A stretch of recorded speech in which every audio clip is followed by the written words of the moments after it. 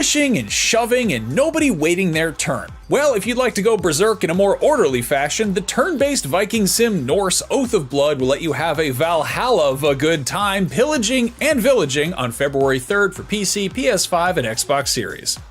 On February 5th, Dragon Quest VII Reimagined gives the beloved PS1 entry in the long-running JRPG series an even more thorough reimagining than it did the last time it got reimagined way back on the 3DS. All jokes aside, this game looks gorgeous, and to get this specific look, the developers actually had physical dolls made based on Akira Toriyama's original concept art, and then based their in-game models on those, which gives the whole game a really cool tactile feel, a little bit like the 2019 Link's Awakening remake. That one's coming to PS5, Xbox Series, both Switches, and PC. Also on the 5th on PC is Menace, a turn-based tactics strategy game that'll have you dispatching troops to squash various threats as they pop up on distant planets, which looks like a healthy mix of XCOM and Helldivers, but with a bit more heavy ordnance at your disposal, including mechs and tanks and the like. On the 6th, there's Nioh 3, the latest installment in Koei Tecmo and Team Ninja's hacky slashy slicey dicey Souls-alike, which is ready to kick your ass on PS5 and PC. That very same day on those platforms plus Xbox Series, there is My Hero Academia All's Justice, which adapts the final arc of the quirky superhero anime with a massive roster of colorful characters that you can bash together like action figures in a sandbox. Every year we have the debate about whether or not Die Hard is a Christmas movie, but here's a better question. Is Home Alone a tower defense movie? Well, regardless of your answer, Bandit Trap is an asymmetrical multiplayer game that very clearly takes some cues from the Chris Columbus classic. One player is tasked with bandit-proofing their house and the other three have to break in and steal their stuff. Okay, now can someone do a realistic version of this where a small child must use household items to brutally maim a couple of adult criminals? Please?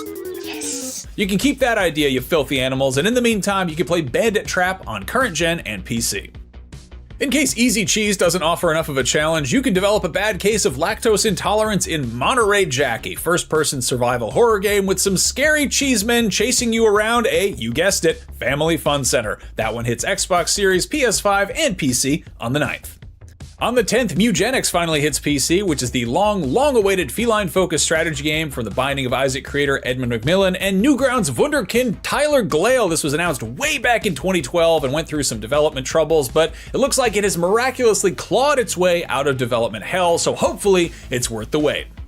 On February 11th, you've got your pick of the quaint, cozy, and very chill-looking hidden picture game Lost and Found Company, which is on PC, or the completely bonkers balls-to-the-wall ultra-violence of Romeo is a Dead Man, the latest from kooky No More Heroes and Killer 7 creator Suda51. That one's on PC, plus the newer non-Nintendo consoles. Oh wait, the big dogs are gonna get upset. How about this? On the 12th, you can launder money in a literal sense with Cash Cleaner Simulator, which is coming to Xbox Series and PS5, or you can get Cerebral in the color-coded Portal-like Chroma Gun 2 Die Hard, which is on those platforms plus the Switch 2 and PC. BlazBlue Entropy Effect X hits PS5, Xbox Series, and Switch, which is an enhanced version of the action roguelite set in the universe of the long-running brawler. There's Ride 6, which is about going as fast as possible to win races on a two-wheeled motor vehicle, which gets early access starting on February 9th. And then there's Disciples Domination, which is about taking your time to conquer your opponents in turn-based combat in a fantasy realm. Both of those are on Xbox Series, PS5, and PC. If you'd like a game where you have to balance the wholesome challenge of raising a bunch of adorable orphans and the necessary challenge of repeatedly beating the shit out of mobsters with a parking cone in the street, you will probably enjoy Yakuza Kiwami 3 and Dark Ties, the fully modern remake of the 2009 entry in the long-running series. That's coming to both PlayStations, Xbox Series, Switch 2, and PC. Any Nintendo fans who want to recreate the love triangle depicted in the hit film Challengers but have it be about Luigi and Waluigi competing for the affections of Rosalina, you have two options. Make a bunch of weird horny fan art and post it online, or take a swing at it in Mario Tennis Fever, which hits Switch 2 that day as well. If you find yourself stranded in the wilderness, you can kill time until the search and rescue team shows up by playing the 2013 Tomb Raider reboot on your Android or iOS mobile device. Hopefully they find you before you suffer any of the horrific deaths that Lara Croft is subjected to by anybody who is bad at this game. On February 13th, High on Life 2 does what not enough video game sequels do, which is stick to what worked the first time around, but add skateboarding. What other games have taken this approach? I don't know. Grand Theft Auto San Andreas, Metal Gear Solid 2 Substance, probably other games. In any case, if you slept on the first game, the hook here is it's a first-person shooter Metroidvania in which you play as a space bounty hunter in a galaxy where aliens are harvesting human organs for medicinal purposes. In the first one, it was for the sake of recreational drug use, but this time around, the intergalactic pharmaceutical industry is getting in on the action. Also, your guns are all talking aliens called Gatlians, voiced by a bunch of stand-up comedians. It's a good time. That one's on PS5, Xbox Series, and PC. Oh God, I can't wait to kill this guy. So annoying. If you'd rather have a bad time in a fun way, there's Reanimal that day as well, which is the latest puzzle platformer horror game from the team behind Little Nightmares 1 and 2. Those games managed to be plenty creepy with a T rating, and this one is going full M for mature, so I think it's gonna get real dark. A lot of video games will throw a catchy song over their trailers to get people hype, but Reanimal's pre-order trailer decided to forego that for Queen Elizabeth II's 1940 wartime address to British children in the wake of the Blitz, which sets an extremely foreboding tone. That one is on current gen and PC. Equally disturbing in a very, very different way is Screaming Head, a surreal MS Painterly 2D platformer that hits PC on the 16th and threatens in its official Steam description to make you rage, suffer, and bite your gamepad in frustration. On a more chill note, there's also Astro Botanica, an alien survival farming game which is coming to early access that same day. Calamity Angels Special Delivery sounds like something I would say to my wife and daughter when putting a plate of bagel bites down in front of them during a particularly chaotic movie night, but it is in fact a JRPG with a board game twist about managing mail carriers. That one is on the PlayStations and Switch with a PC release on the way. On the 19th, PC players also get Dead in Antares, which is a brightly colored turn-based survival management game with a dash of RPG where you are in charge of the well-being of the unreasonably attractive crew of a spaceship that's stranded on an alien planet. If you want something equally colorful but a little more fast-paced, there's also the open-world 3D platformer Demon Tides as well, which is the follow-up to Demon Turf.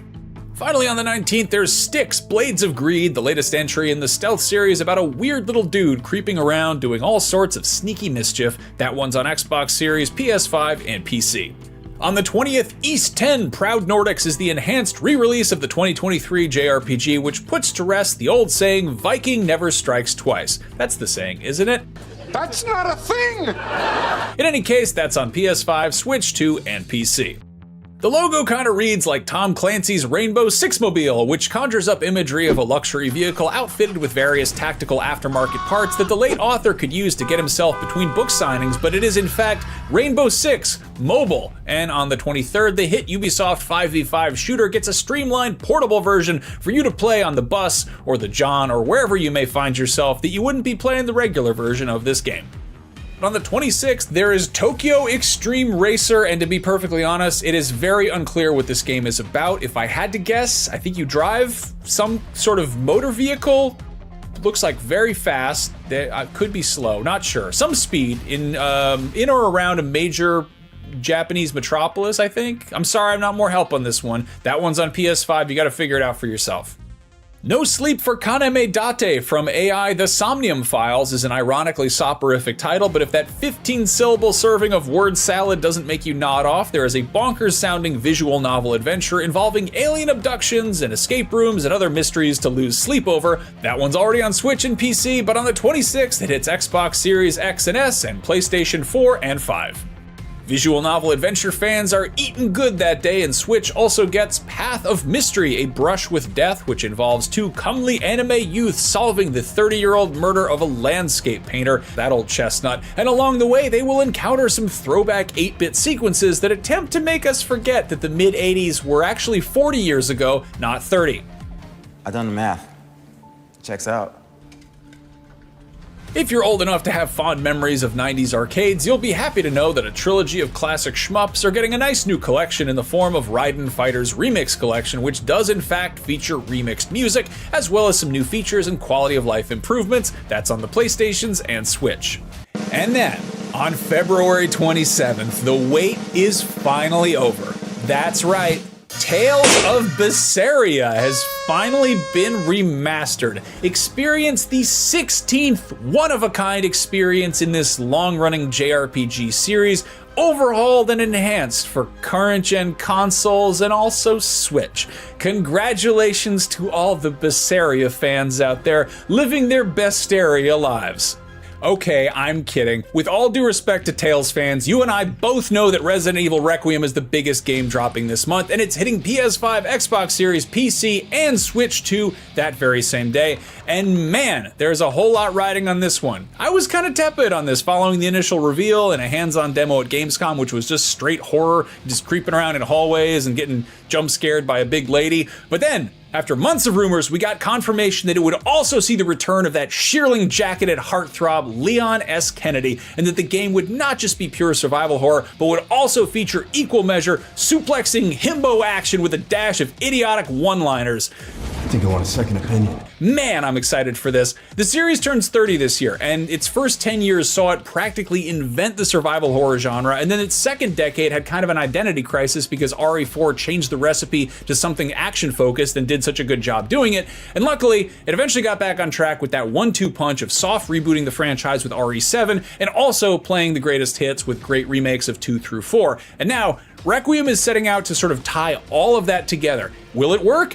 I don't know, but I'm excited to find out. And I love that just Leon shows up in his fucking Porsche, and he starts kicking zombies in the crotch and like smashing their heads open and stealing their chainsaws and just saying stupid shit. Just, what is this man? What is his deal? What is his job? What is he doing here? I'm excited for this. I love it. Nice. In addition to all that, if you're a Nintendo Switch 2 owner who missed out on the last 2 mainline Resident Evil installments, rest assured that 7 and Village are both getting nice shiny Switch 2 ports that you can take on the go or play under the covers in bed before you go to sleep and have terrible nightmares, because those games are scary but also a very good time. Anyway, there you have it. That is a glance at what is coming out in February, the first truly stacked month in a year that is shaping up to be seriously huge for gaming. If you haven't yet, go check out our look ahead at the biggest games coming out in 2026 that we currently know about. And also, if you're a fan of watching movies the good old-fashioned way on physical media, go check out something new we're trying out. It is the biggest 4K Blu-ray releases of the month. We have one going up for February. Please go watch that. It's a new thing. We'd love it if it became successful, and we need your help to do it, so go watch that video. That is all from me. As always, a big, huge thank you to Amanda Medina, Chris Del Padre, and Logan Plant for helping this video come together, and an even bigger thank you to everybody who took the time to watch. Please let me know in the comments what games we forgot this month and why anybody should care. There are so many games coming out, it's hard to keep track. It's always nice to get a good human recommendation of stuff that's worth keeping an eye on. I will see you next month, or perhaps sooner if you go watch some of my other videos. Did you know that I can see you when you watch my videos? It's true. Now get your finger out of there. I'll see you next time.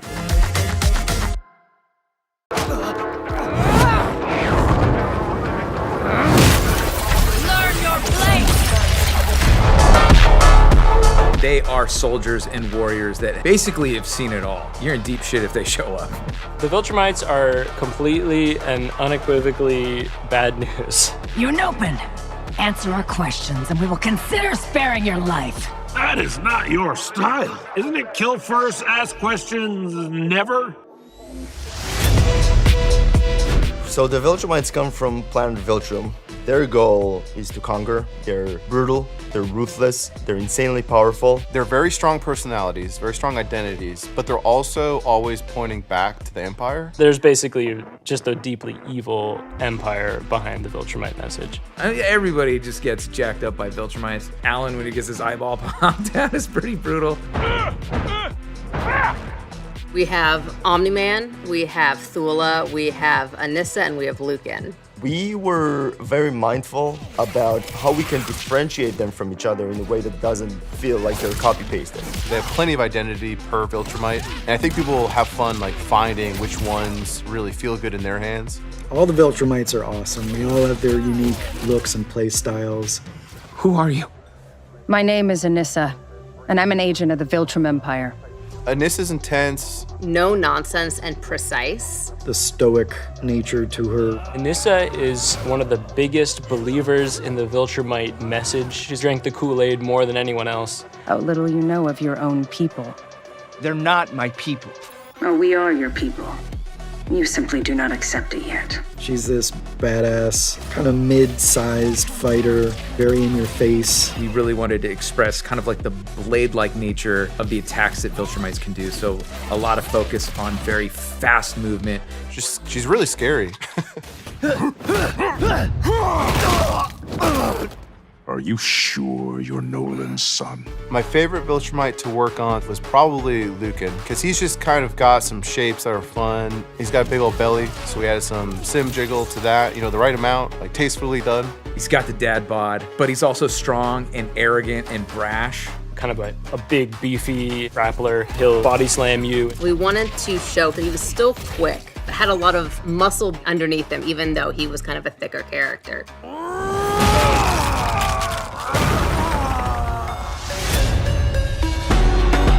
Lucan is a fantastic grappler. He can put a lot of fear into your head and dread.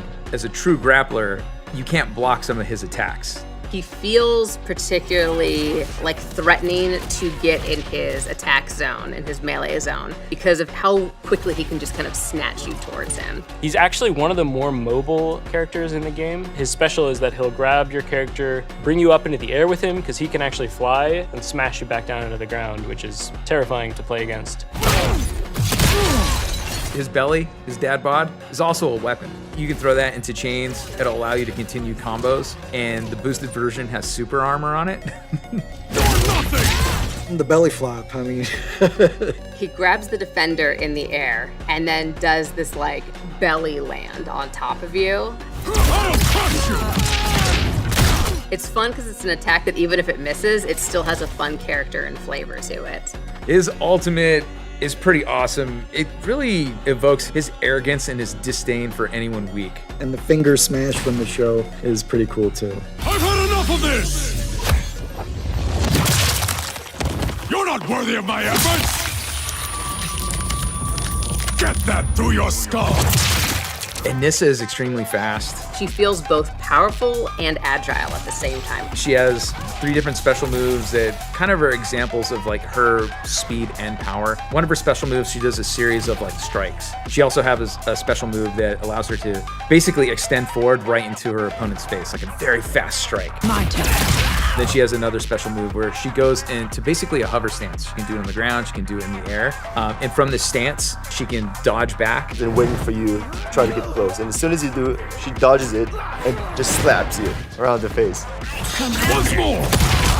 One of my favorite moments for Anissa is her ult. Her ultimate does call out one of the things that happens in the show where she like, just slaps people around.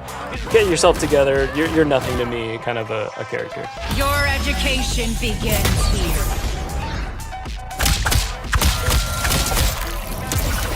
Learn your place. Tips and tricks of playing Anissa, you really want to learn her special dodges. Not a lot of characters have that, so that's something you'll want to practice. She's got a lot of in and out gameplay as far as like, she'll stay on the outsides and then want to immediately get on top of the opponent with strikes, take him up into the air, and do a series of just killer combos. Lucan can be your main. The threat of the throw is going to allow you to do a lot of combos. And then it's learning when to actually execute that throw. So my Viltrumite lineup would be Thula for her grab, her range, Omni-Man for his versatility, and Anissa because she's just awesome. You might want a up-close grappler like Lucan, you might want somebody with a little bit of range like Thula, and then you might want Omni-Man, who's kind of has a bit of range and a bit of up-close fighting style as well. I think we have a really cool cast of Viltrumites. I think they all bring something really different and unique to the table. Every one of them, their personality shines through, and I'm really proud of the team who's worked on it. How dare you embarrass me? This city is an extension of my being, my body. Today, it became infected.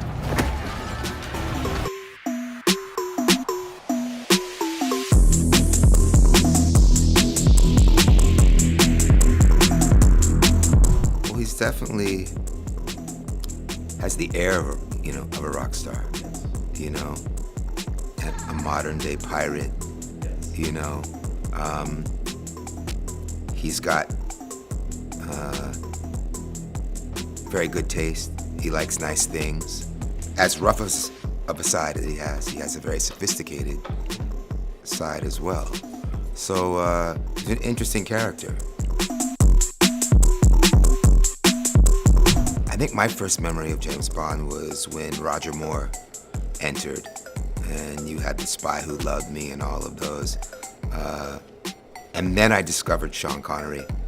After that, went back and saw all of those. But I used to go and line up at the theater, you know, on the Friday night, the first night it would be in the theater, and go see Bond films with a friend of mine that I went to high school with.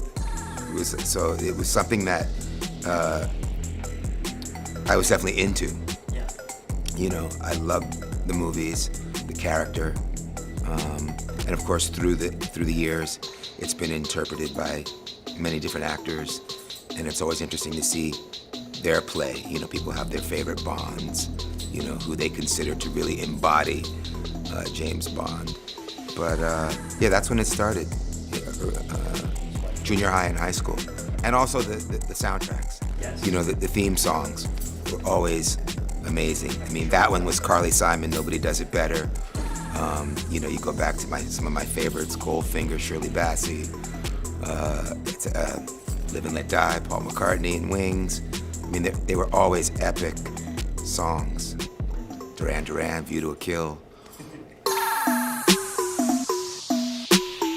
Well, I was working with the directors, you know, that were on the, you know, they were. I was in New York City. People were all around the world watching this thing happen, and I can't remember where the director was, but you know, they would give guidance. Try it this way. Could you slow down here? Could you know? So it was a collaboration of just getting the rhythm, the tone. I mean, in this case, you really, you know, since it's not a film. It's you know, a representation of you. It's really all in the voice. It's really all in the voice. I am sometimes asked, Bafma, how is it that you hear every whisper in every corner? I've met some folks that are similar to his character. I grew up in the, you know, in the Bahamas as well as New York City. There were guys that had that vibe and that were doing things in the islands that I'd known, so had a little bit of reference. No, it was just the character. Yeah. So I hadn't seen any, you know, other footage or heard any other voiceovers. So it was really sort of just in the dark, you know. Yeah. Mm-hmm. And they know that, thus the director knowing kind of what he wants, because they know the balance. They know what all the other people are doing. I didn't get to hear that. Yeah. Yeah. It took a moment. You know, took maybe, you know, 30 minutes to, you know, we'd read through it, and change things, and then eventually found the sweet spot, and then I was told that's it. Yeah, it's kind of this. I mean, look, you don't get to move. It's not you live in action, but you're imagining all the movement in your head while you're doing it. You know. So you just kind of have this movie playing in your head while you're doing it. They had an initial idea, and then we sort of worked on it together, and ended up making him right. It was a little bit of a process, but it went down pretty quickly. They had their idea of color, the suit, then we changed the shape of the suit and the cut of the suit, added accessories, the tattoos, the gunshot wounds and the knife wounds, and all the jewelry, and, you know, just built it like you would build anything for yourself.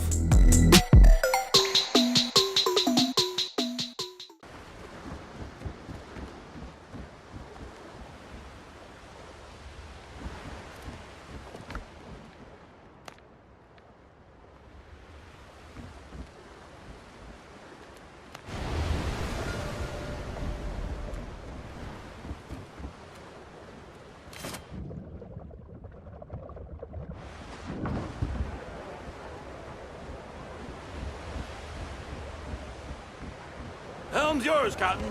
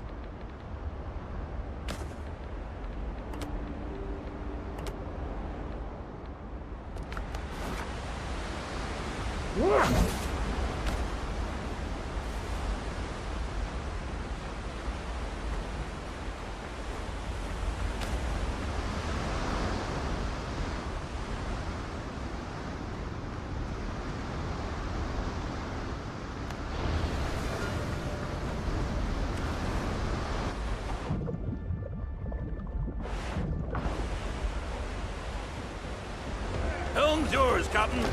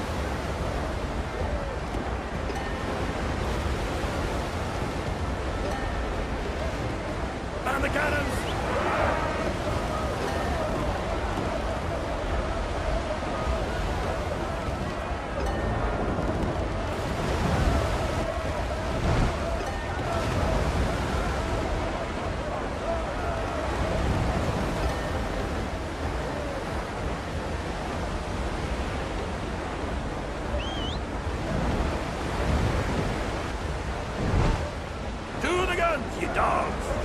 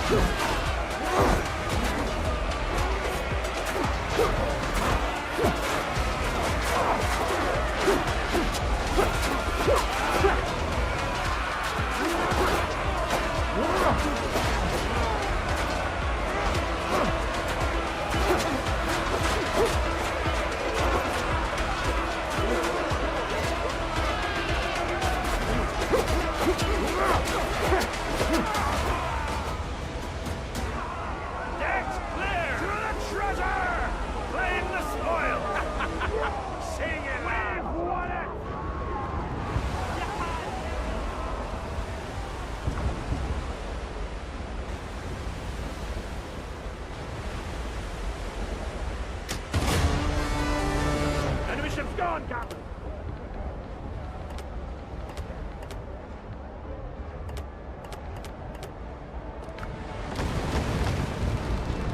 Ship's under your hand, Captain.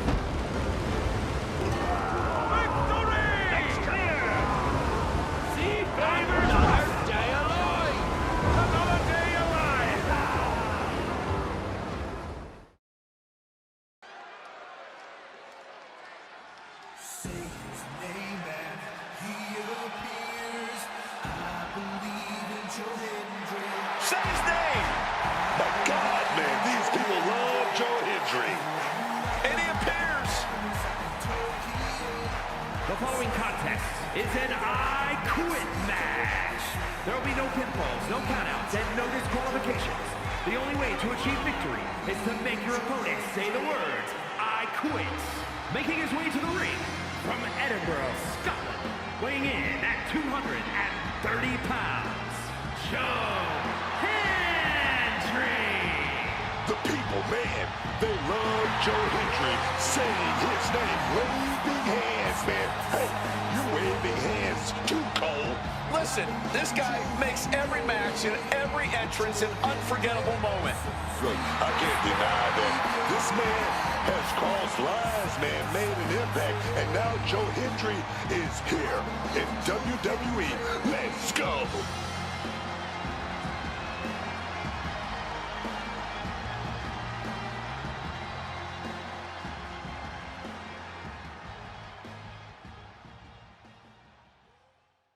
It has been almost 3 years since Street Fighter 6 was released, the latest entry in the popular Street Fighter franchise, and it's still going to be around for many years to come. If you played Street Fighter 6 when it originally came out and then stopped after a while, there have been some major updates to the core gameplay systems and character balance since then. So, if you are excited for a new DLC character or a recent tournament got you hyped for the game again, here's some of the big updates for Street Fighter 6 since it came out.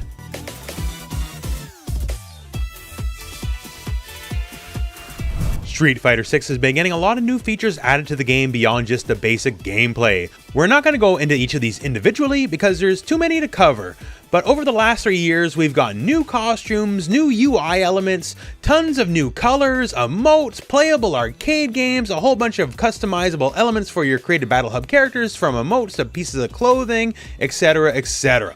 One big new feature introduced in September of 2024 was the V-Rival mode.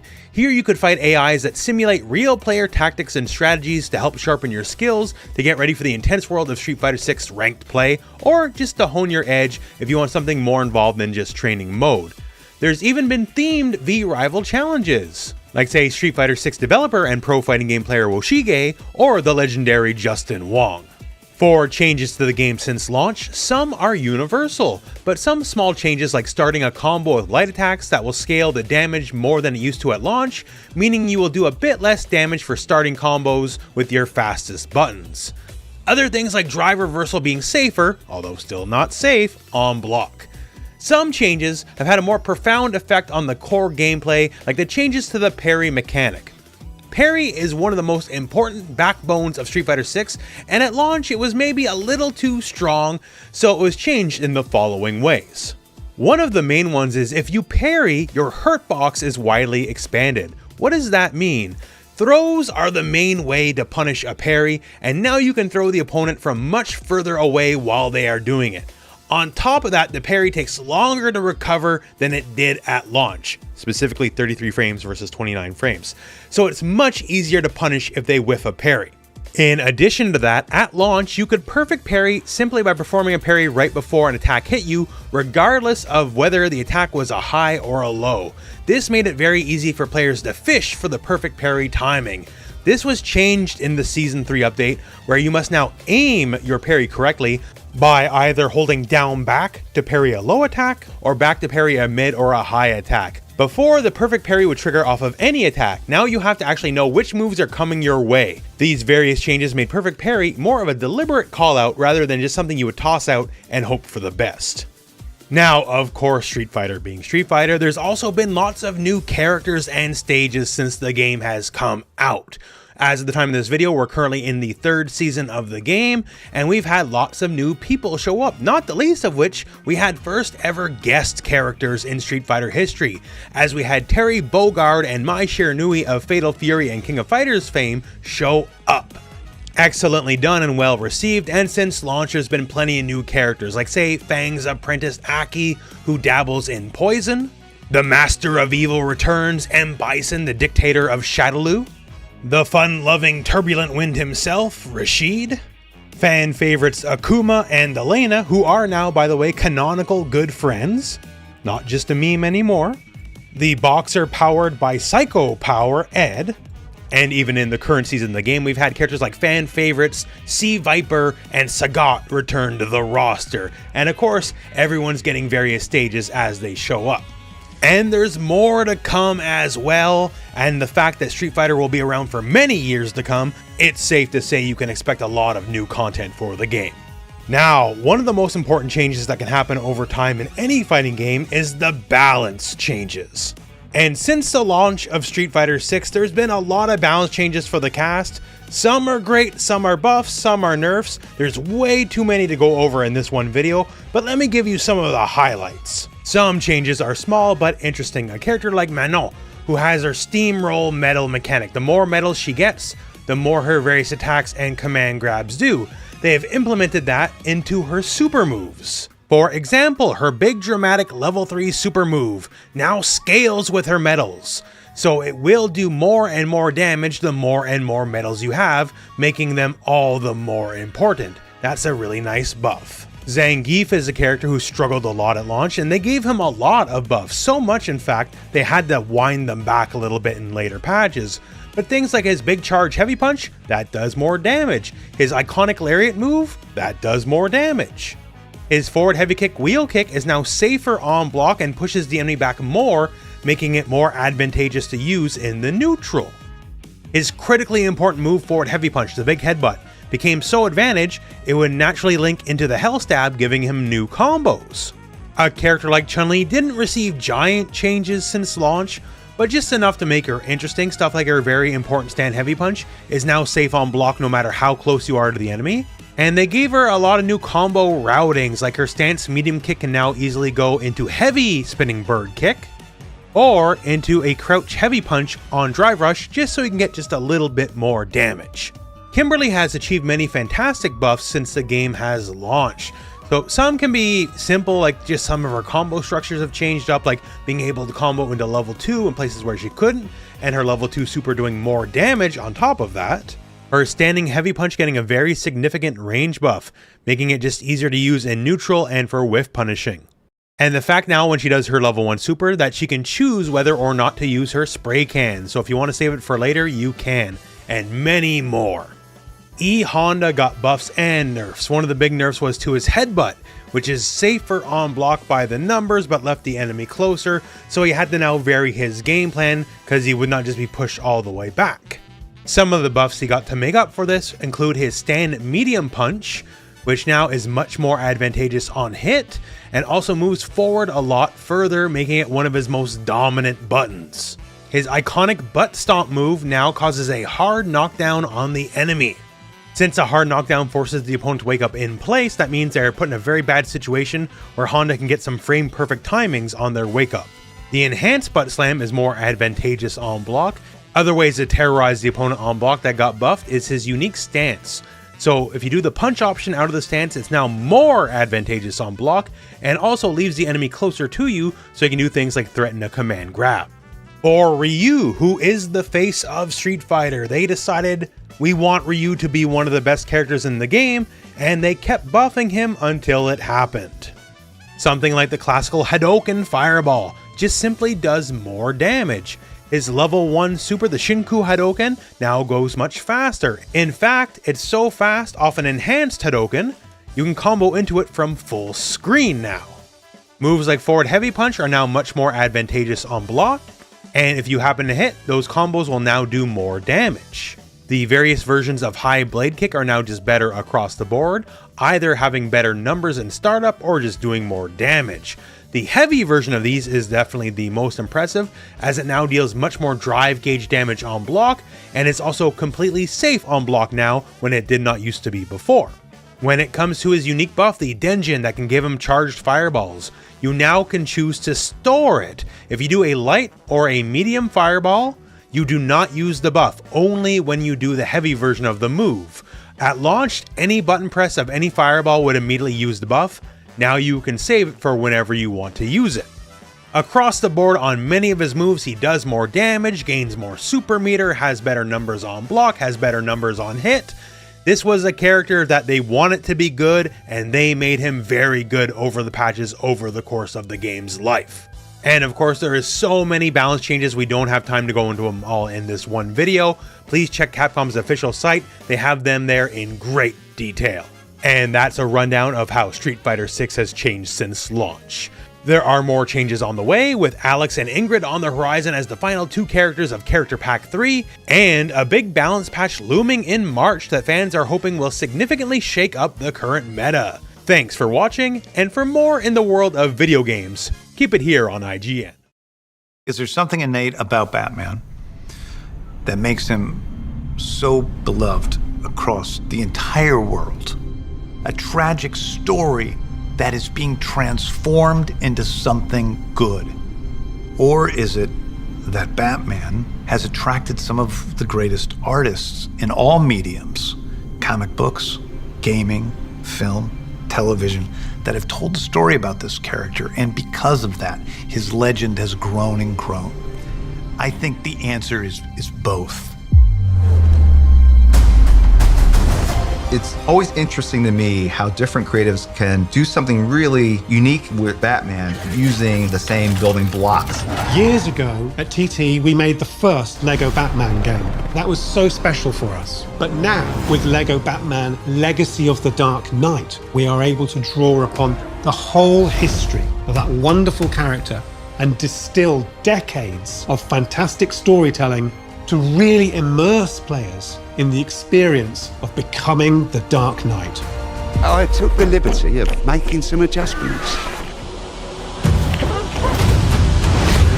The nature, the tonality of Batman changed with the times. That's what keeps these characters interesting. When we were looking at bringing this into one narrative, we did a lot of research. We've pulled in all of these references from Batman movies and TV shows. Batman 89, The Batman, The Dark Knight trilogy, the animated series. We read every comic we could find. We had access to all the DC archive, and then putting down key, essential, iconic moments. That was our starting point.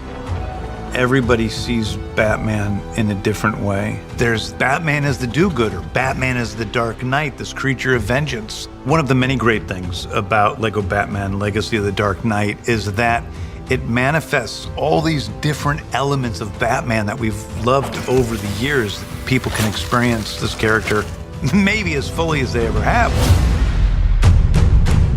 Come on, Bruce, we'll be late for the movie. We start with young Bruce Wayne in the grounds of Wayne Manor, excited to go to the movies. Bruce! I need my outfit. Years later, we see him train with the League of Shadows and Nanda Parbat, and then return as a crime fighter to Gotham City, where he builds a new family of crime-fighting allies. This has some of the greatest supporting characters of any Batman story ever, starting with Commissioner Gordon, an undervalued Batman character, a character I love. Batman. In Lego Batman Legacy of the Dark Knight, the criminals become ever more colorful and crazed.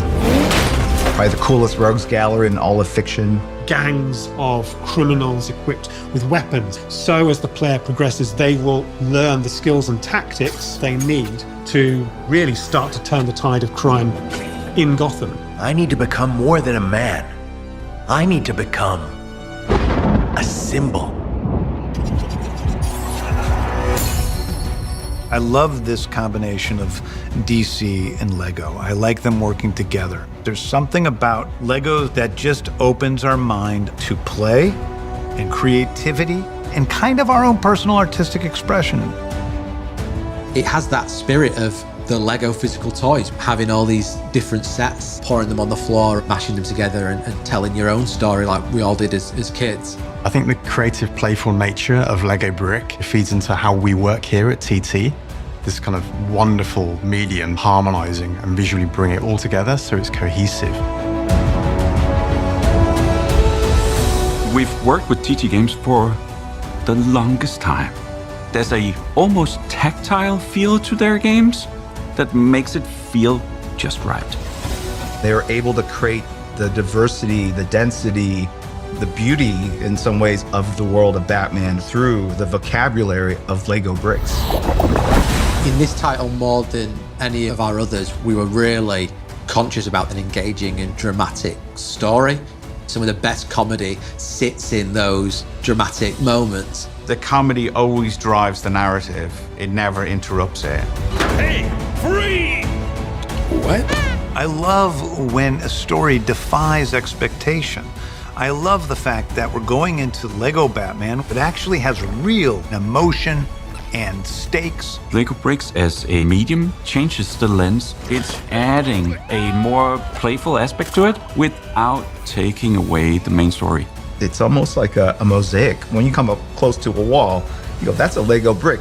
You pull back and now you're in Gotham City and it feels and looks like Gotham City. For this game, we've strived to achieve a whole new level of detail. The surface imperfections of everything has been enhanced a lot. The small weave on the capes, the water droplets, how the rain runs down a character's face or on the Lego vehicles. Every small detail we've pursued to make sure we're clearly visually better than what we've done before. You're in a world of Gotham City that is more alive and rich than any environment we've ever created. We know Gotham has had a history, so we built this layered experience, and that kind of helps with our mechanics. The traversal of the city is just way, way beyond what we've done before. We really wanted to make sure that players could grapple and glide around Gotham City with that same mastery that Batman has. Being Batman, you get to drive the Batmobile. Weaving in and out of traffic, hitting the boost, trying to control your speed. In the cityscapes, there'll be these alleys and these hidden rooftops and hidden areas where crimes will be taking place. And it's on you to go and find those locations, discover new things, and protect the city. Who are you? When we're doing the testing now, it's fantastic to hear the feedback where they're saying, you feel like you're Batman. You are coming out of the darkness and taking the baddies down. It is incredible how immersive it feels. Like they've brought so many nuances and details of the world of Batman to life through this game. And the fact that you can do it with a friend or a buddy as a dynamic duo in the same room together, I think people are just gonna be blown away. The big part of the success with Lego brand is stories and experiences connect from one generation to the next. I mean, I'm excited about all the people that have never experienced Batman in any sort of personal way, being able to play this game, and now they have their own connection to Batman. They have their own connection to the DC universe.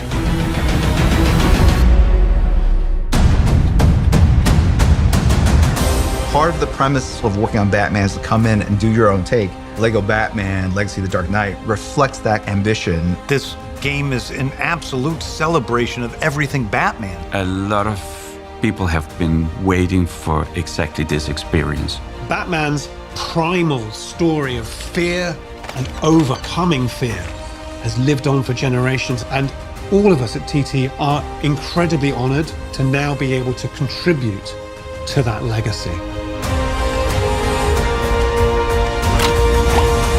I'm Batman.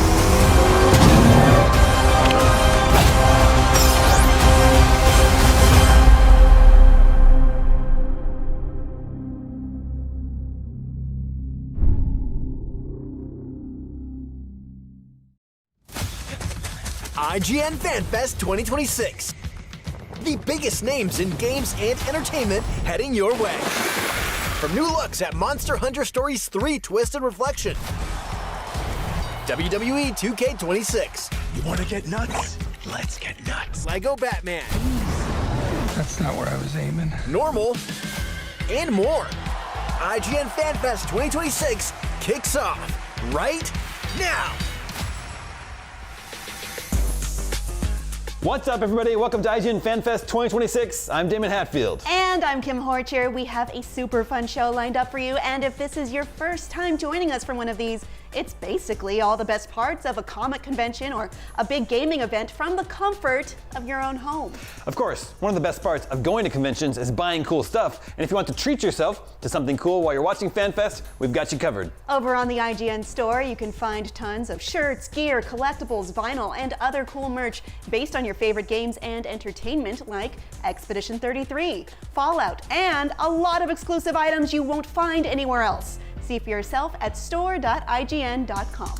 If you're looking for something to play that also supports a great cause, IGN's sister site Humble has an awesome curated bundle of PC games right now that includes Kill Knight, Inkbound, and Osmos, just to name a few. And now it's time for IGN Fan Fest, a show so big that we've brought in some very special guests just to introduce it all. Give it up for the stars of Women of Wrestling, Sibley Skulls, Candy Crush, and Coach Campanelli.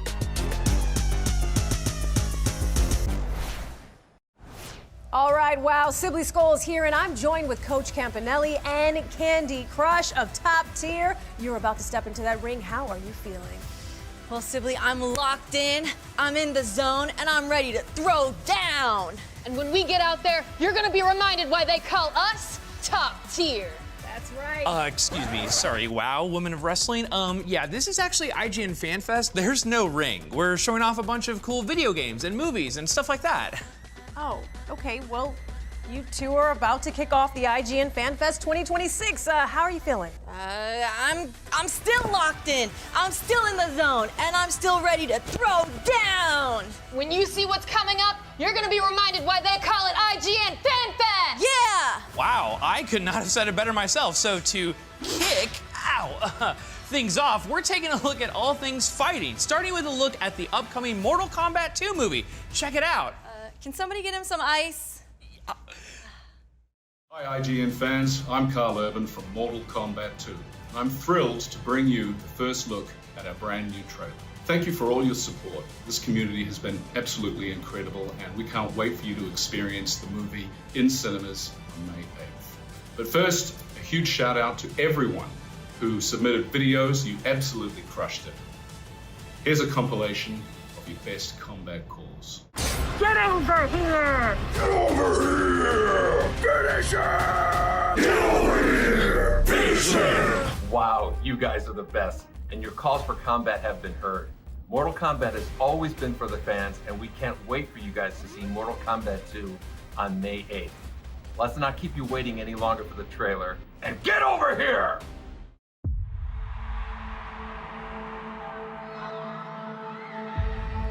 You want to know what makes a hero? It's not destiny. It's not something you're born with. It's searching for greatness. Johnny Cage, you have been chosen for Mortal Kombat. Then realizing you've had it in you this entire time. Whoa! I really don't feel comfortable hitting a girl. Don't worry. You won't. Yo, send me back. I want to go back. The rules of the tournament are simple. Our fates would not be settled by the size of our armies. They would be decided by combat. I'm not some great warrior.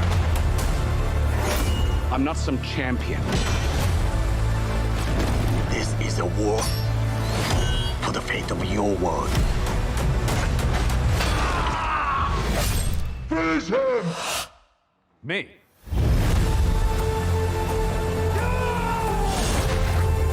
Earth belongs to me. We do not kneel! Our only chance is to face this together. Let's go, baby. You, Johnny Cage, are a part of this now.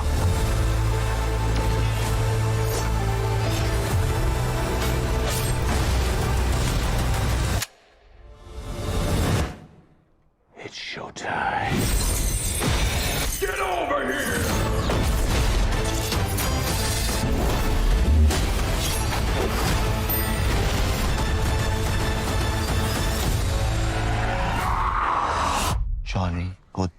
die.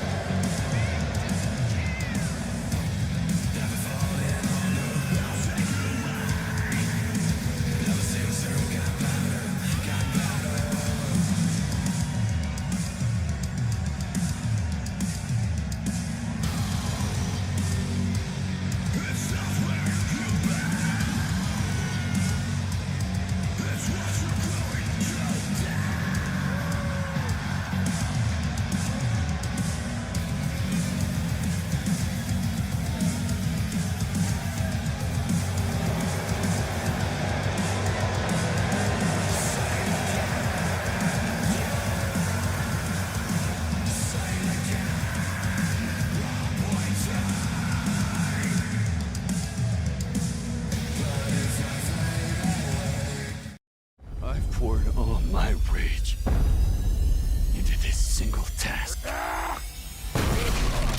Sit down! I'm looking for Invincible.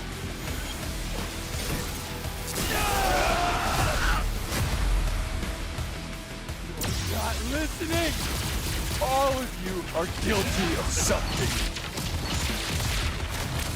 Die! Die! You gotta cool it, dude.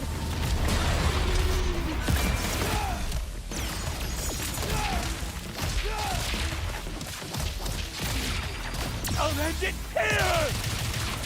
Hurting us won't bring your family back. You. I'm not finished. This is all your fault! For the pain you've caused, the people you've hurt. Die! You can't keep getting away with this!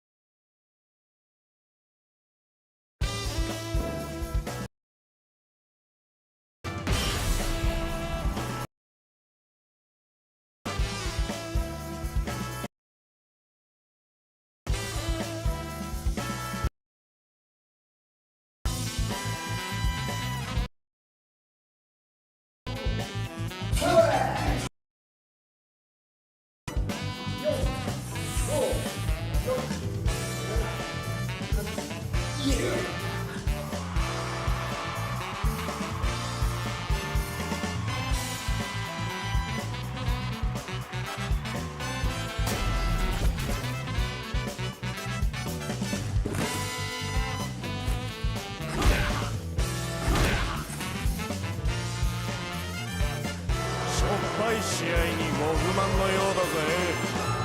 カモン。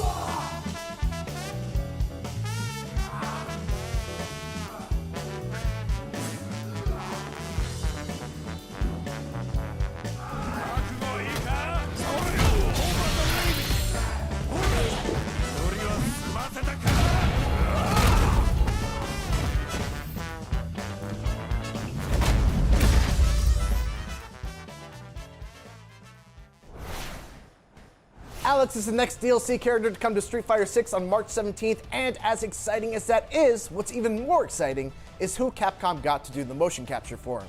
He is a former AEW World Champion, International Champion, Tag Champion, Trios Champion, 2 times, on top of a multitude of other titles won all across the world. He is the best bout machine, he is Kenny Omega, and he is here right now to talk all about the experience of becoming Alex. Welcome, sir. You're making me blush. Thank you for that grand intro. It's wonderful to be here. Well, it's wonderful to have you. First off, congratulations. I know that Street Fighter is a series that means a ton to you, and Alex is a character that means a lot to you as well. So, yeah. I mean, is this like a dream come true? How are you feeling about this moment right now? Being able to do motion capture was always a bucket list thing for me to do. And then to do it for a character that I have so much love and passion for. And also not just do the motion capture, but it's almost an extension of all the stuff I do in the ring. It was fun, it was challenging, but at the same time, so rewarding because now there's kind of a part of me that lives on forever in this game. So I am so excited, so proud, and I can't wait until he releases. I can't help but thinking. It seemed like a lifetime ago that I was spending my time fighting in the streets. So how did this whole thing come together? Can you talk a little bit about the origins of this whole experience? Yeah, I mean, it's a very odd story and kind of serendipitous in a way. I remember I was at Tokyo Game Show, I think it was 2023, so this is going years back already. And there had been discussion of me possibly being a representative for the Season 3 content. And they had asked questions like, hey, do you mind doing cosplay? Does it matter if you're bald? Do you care if you dress up as a female character? Things like that. And I said, well, where do I sign up? I had said, but you know what would be awesome? I said, if one of the characters were Alex. They kind of had a grin on their face, kind of telling me without telling me that, yes, Alex is going to be a character. And then finally, when the news broke and they told me, okay, we signed the NDAs and we know where the characters are, Alex will in fact be one of them. And they said, for you being such a good sport, it'd be cool if we, put a move of yours in, maybe 1 or 2 or a taunt or something. I had said, wow, that would be great. I don't know when I could fit that into my schedule to do the mocap for it. And they'd said, oh, wait, you do the mocap for it? I said, yeah, is that what you were talking about or no?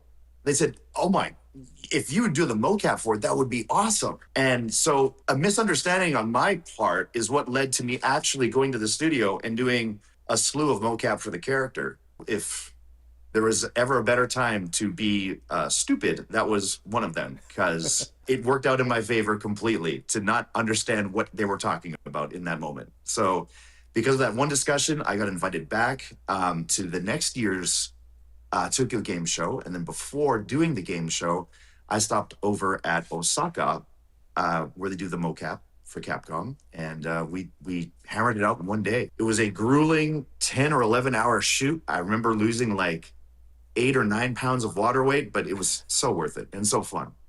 So you mentioned that, mocap was a bucket list dream for you.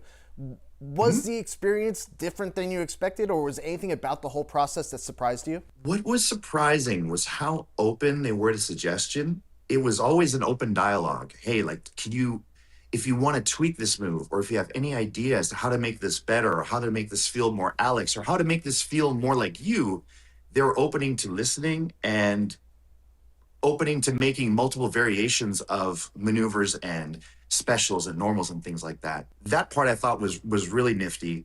I know that in other games, it's just, you got to do it this way. This is the way we want it. This is the way it has to be. And until we get that way, you're going to keep doing it. But it wasn't like that at all. It was a mutual relationship of making this character together. That made it a lot of fun too. It was just being able to throw out suggestions and have them actually listen and have a discussion. Does this work for the game? You know, can we make this work? And some of the ideas, you know, were left on the cutting room floor, but for the most part, it's really cool to see that a lot of the ideas and a lot of the mocap that I did do that I suggested were actually used, because it was all a big mystery until the unveiling of Alex's gameplay trailer. So how extensive was the actual capture session? Obviously, we see a trio of your signature moves in the alternate level 2 super, but beyond that, how much of you is actually in this character? I would say most of his big buttons were me. A lot of some of the lights and such, someone else had done them. We had a very talented group of people. It wasn't just me there. It was myself. It was my good friend, Michael Nakazawa. They had a contortionist there just in case I really needed to fold someone up. And I unfortunately had to. There was a decorated amateur wrestler and mixed martial arts fighter as well. There was a team of all of us.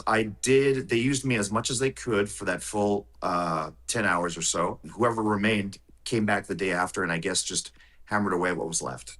So talking about that motion capture session, Capcom was actually gracious enough to provide us with some of the behind-the-scenes footage of the mocap recordings, along with the final product. So I was wondering, Kenny, if we could show you some of these and have you react and give some insight as to what went down for all of these. Yeah, please, sure. I'd love to see it. All right, so here we have the walk-in animation after you select your character. Can you go a little bit through what your direction was for this?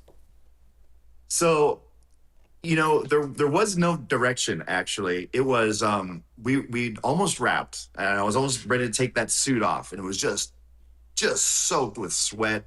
Everyone's all tired, and I said, like, hey, is there a chance that maybe I could do, like, the intro part? And like, what do you mean, like, the intro? Like, the character intro when you're on the stage? I'm like, no, like, the yeah part. You know, like, the yeah. And like, oh, yeah, let's do the yeah.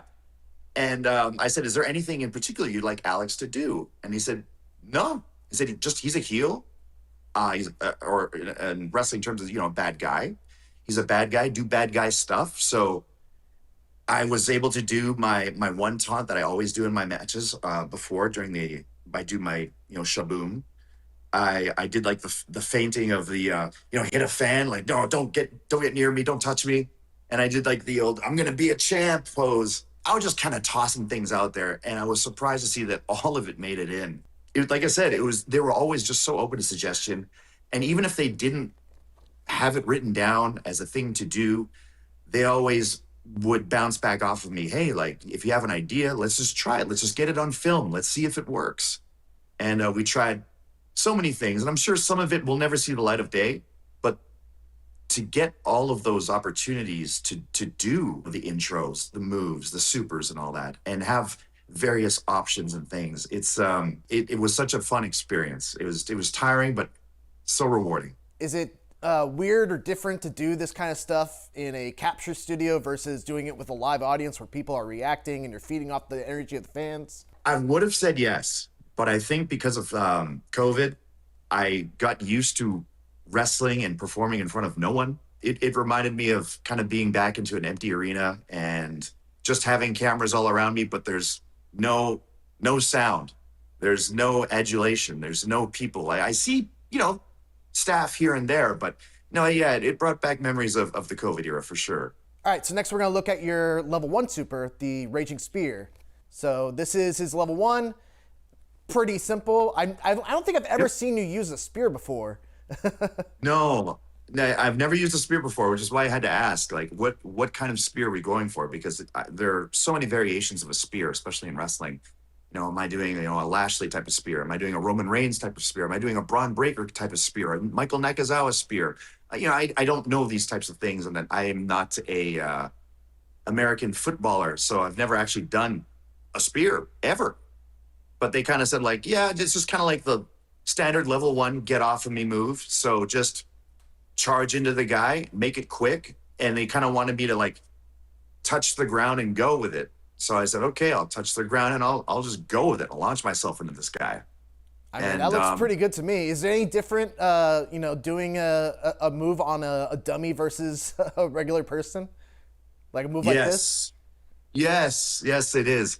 There were so many times, I don't know if you have the footage of it or whatever, but things like clotheslines where you have to do, 50, 60, 70 clotheslines, full blast.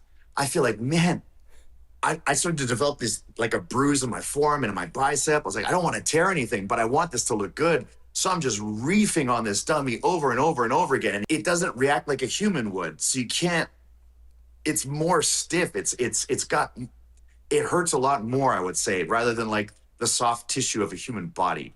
Yeah, working with a dummy is much different than it is working with a human, and much different than working with a wrestler who's possibly trying to help you cooperate with the move. So we will get to those clotheslines, I believe, when we get to Special Art 3. But first, we got to look at Special Art 2, which is the big one. This is the Omega Wing Buster. So when you were initially told about this super, did they tell you that you'd use the whole trio of signature moves going into your finishing move, basically? They just kind of wanted to make sure that the setup and the move itself were included. And I said, well, this is normally how I'd set it up. And I said, I don't know how long this has to be, but it's sometimes can go on for quite a while. I don't know how many, I don't want fans of the game or people that don't know anything about me or Alex or wrestling to have to sit there and watch this super long animation. So it's incredible that they're able to get the whole, dragon, gunpoint, V-trigger, and the one-wing angel, one-wing buster in the game. And it doesn't seem like it takes an awful lot of time. It's really seamless. They did a great job with it. How many times did you have to dump Michael Nakazawa on his head? So many, to the point where he had to sit out for a second. Really? It was, I don't know if you can see it. Well, I guess you can kind of see it, but those mats that we're performing on there, there's next to nothing there. It's really hard. And I wanted it to look hard, because if they put a huge crash pad underneath us, I would have lost my footing. It wouldn't have looked good. And Nakazawa, he's not a complainer. He'll take anything. He won't complain about strikes. He won't complain about taking any bumps. He doesn't mind if it gets dropped in his head or whatever. But when you have to do a thing 10, 12, 15, 20 times, it catches up with you. So we had to sub him out, and that contortionist I told you about earlier, he subbed in, and I just felt terrible because, this guy isn't a wrestler. I know he's flexible, but let's just do one really good one so we can just wrap it. I think I gave him the most devastating one-wing angel of my entire career, and I think that's the one we went with. So I felt bad for him, but he was, in the end, happy that that was the take that we used. All right, so let's take a look at the Special Art 3, or Level 3 Super. Now, this is the one you were talking about before. Oh, it's a chop, actually, not a clothesline. Yeah, I did both a chop and a clothesline. The behind-the-scene footage that we got for this is just you doing the chop. Did you do any other kind of submission kind of motion capture, or were you told what the whole thing would look like? Yeah, it's actually quite interesting. The reference footage and the reference pictures that they had were submissions that Josh Barnett had used. Oh, cool. Which, another famous mixed martial artist and professional wrestler. So there's a lot of influence, not only from myself, but other professional wrestlers as well, going into this character. I used to do competitive jiu-jitsu as well. So, I'm no stranger to submissions and how to transition in and out of them. There were a couple that I did not do. One of his, I think, standard throws where he grabs a key lock and kind of trips him up. Mm-hmm. I think it might be his back throw. I did not do that one. A lot of the other stuff that I absolutely did, yeah. Finally, as a longtime Alex player yourself, how do you feel about some of the changes that they've made to the character, from him no longer being a charge character to now having 11 throws that come out of this prowler stance? Yeah. So part of the reason why I was hesitant to really devote myself to Alex in Street Fighter V was because he was a charge character. I'm not good at them, but I learned it just for the sake of being good with Alex. So for him not being a charge character anymore doesn't ruffle my feathers too much, but with so much knowledge to have to know with this character, that's the part I'm worried about. I mean, I'm getting old. I've been hit in the head numerous times. Is it going to even stick? Am I going to be able to like retain all this information? I don't know. I can kind of be a slow learner at times with fighting games. So I will main Alex and I will be good with them, but I just don't know if I'll be good with them real soon. But I will be eventually. All right, well, I'm rooting for you, and that's all the time that we have. Alex comes to Street Fighter 6 on March 17th as the third character of Character Pass 3. Now, Kenny, normally the IGN host is the one to close out these videos, but I have to ask, because there's no one in the world who can do it better than you. Would you mind? All right, folks, thank you for tuning in. Hopefully you got a good little sneak peek at Alex. Hopefully you're looking forward to the character. Hopefully you're looking forward to Capcom Cup and everything that follows afterwards. Until next time, I must bid you adieu. So for now, goodbye, mwah, and good night. Bye-bye.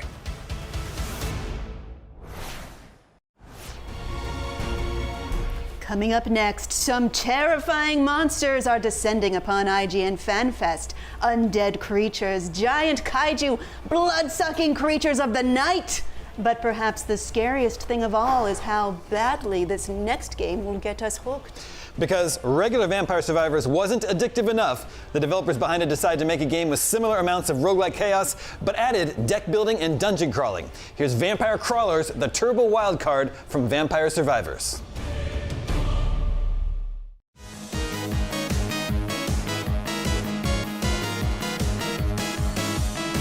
Hello, IGN Fan Fest. If you're seeing this for the first time, this is Vampire Crawlers. It's everything you love about Vampire Survivors, but mashed into a turn-based deck builder.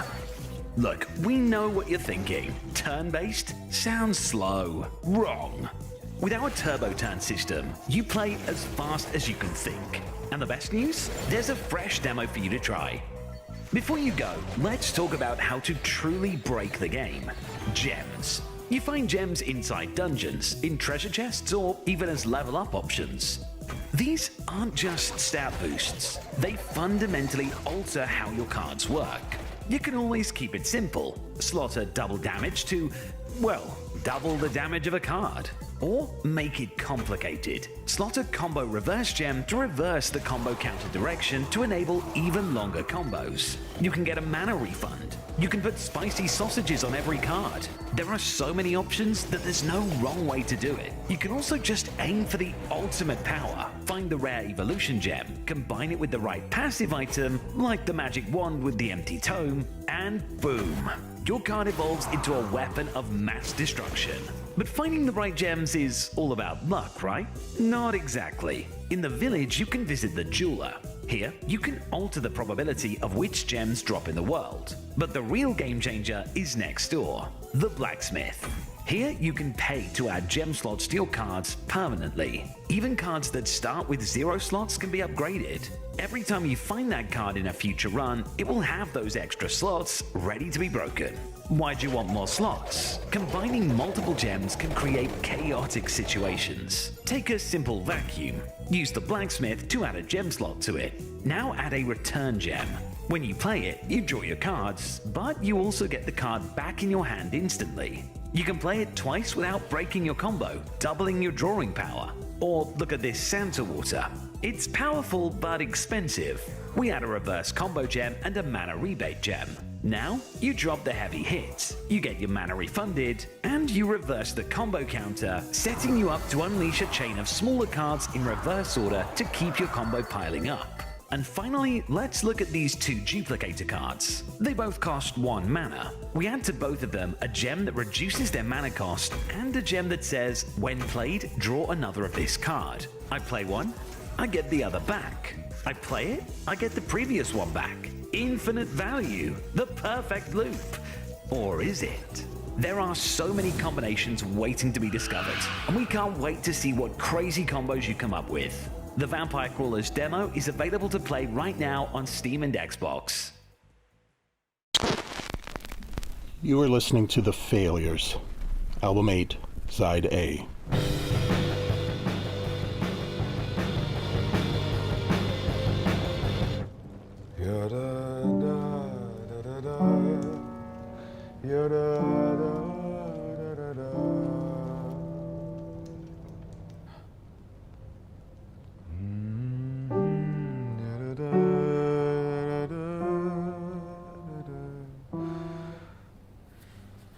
What do you think? It's nice. Nice? Yeah, it's nice. I don't see Beyonce covering it, but it's nice. Nice is nothing. It's nice. Nice is a balloon. That you're back writing music. A flower box it's is nice. That you got yourself a nice place. It's a nice word, and it says everything I wanted to express. Don't be a bitch about it. You should come visit. I have a space above the bed in one of the guest rooms I can't find a painting for. Oh, a guest room. You want me to come and see your guest room? It's an affluent neighborhood. Old money, young professionals, a smattering of Christ de Transform baby. Good eating. No potholes, no hurricanes, no witches. Everyone mangles French just like you do. Come to me. Montreal. I am he, and he is me. There's baggage here. Well, I get it. I get it. Besides, there's an Olmsted Park nearby if I get homesick. And there's a garage band rehearsing across the street who call themselves, of all things, Satan. They call themselves, of all things, Satan? Satan's Night Out. Satan's Night Out? Out. Satan's Night Out. Okay, makes sense. Louis, do you know someone called Daniel Malloy? I burned his laptop. I didn't know he had it saved in the cloud. I only found out it was coming out a month ago. You've known for a month, and you talk about me in it to a mortal? Well, yeah, but, you know... No, I don't know, Louis. Please, explain yourself. It's gonna be here and gone in a minute. No one reads anymore. Lestat, il est genre, whatever. 100%. Mais Armand, il est genre mystérieux. Ouais, il y a des layers. T'as-tu vu sa toile au Louvre?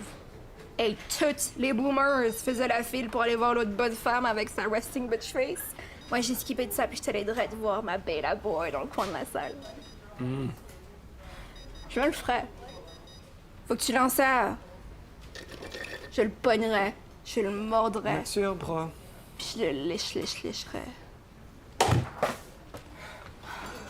Le Statman, il aurait dû le brûler, maudit français, sur Royal Street. 100%. Combien mon wild, ce livre-là? Tu veux-tu devenir membre? Il y a 10% de... No, thank you!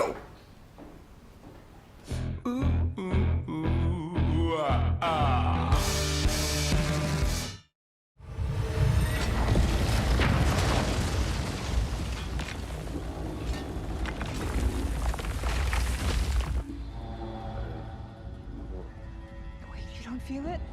No. No, Kay, I don't feel anything. Okay, I definitely feel that. No, I feel it.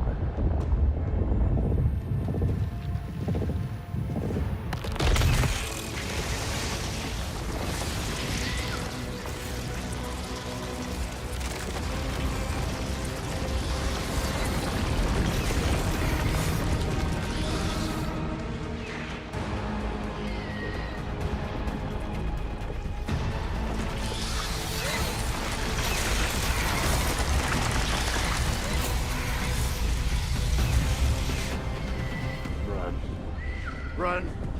Run!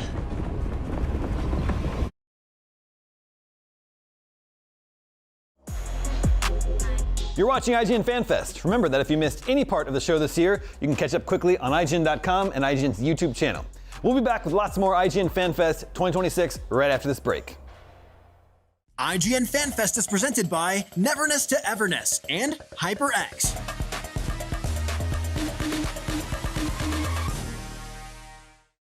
The average Cinefix movie list features nearly 100 different films and approximately 25 minutes worth of wall-to-wall deep dive analysis. To simulate that pace for this 30-second ad, we're featuring 26 different films, and before you say it, no, that math does not check out. We're not math people, we're movie people. We can't even count down from 10 without ending up at, like, 96.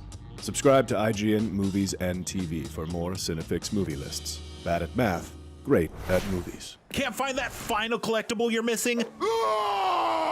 IGN strategy guides and interactive maps are here to help. One step at a time. IGN guides are trusted by millions, easy to use, and best of all, free. IGN has the very best, most complete and accurate guides for Shadow of the Erdtree, Baldur's Gate 3, Tears of the Kingdom, and so much more. See? It's good, right? Every guide is tested and verified for you by experts. Just search for IGN when you search for guides.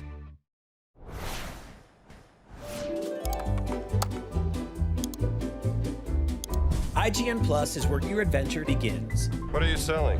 Plus is the place to get unlimited access to all the tools you need to beat your games. Here's what you need to know for bringing down Gloomspawn. Plus, awesome exclusive discounts on IGN Store.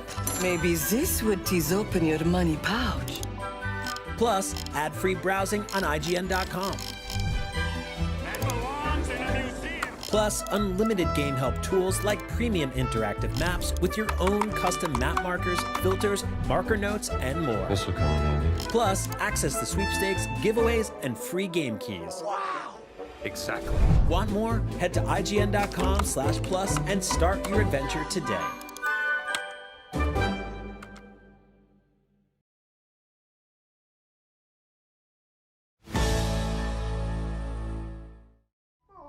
Still asleep. Wakey, wakey, Aractigino and Bakey. Eyes up, cadets. I'm Lieutenant Sylvia Tilley.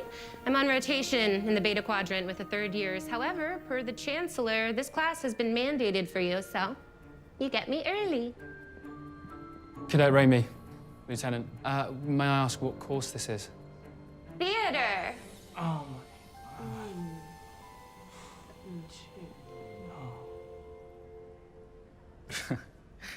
Sorry, Lieutenant, what does theater have anything to do with? 8 out of 10 cadets ask that question. The other 2 become captains.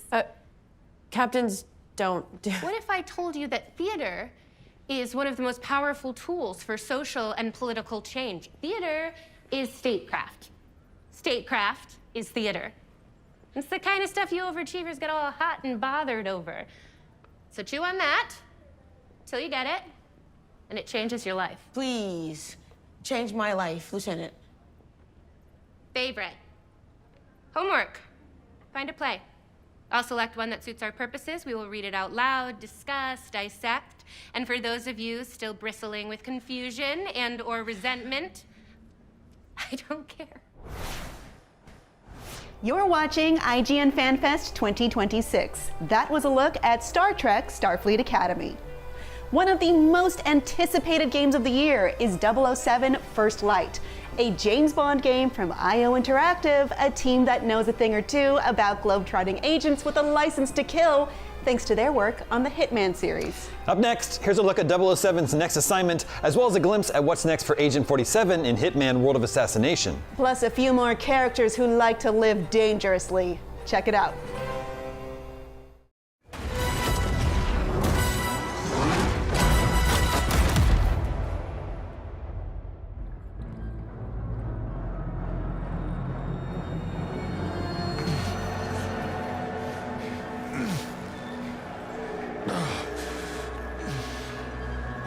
First.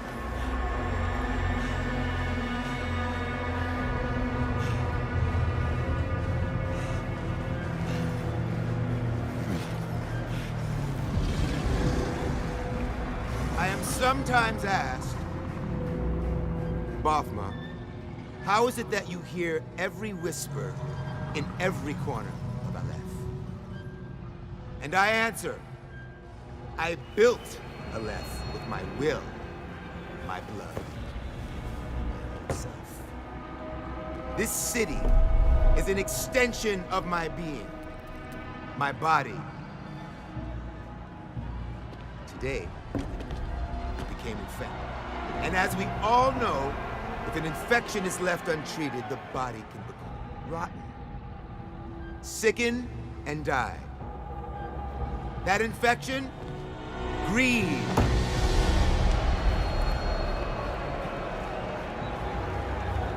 In Bakar Ali, once so loyal, greed grew unchecked, becoming a cancer. A cancer that threatened to weaken Aleph, endangering all of us, everything we built. However, cancer, if caught early, can be cured. Or in our case, cut out and served on a platter.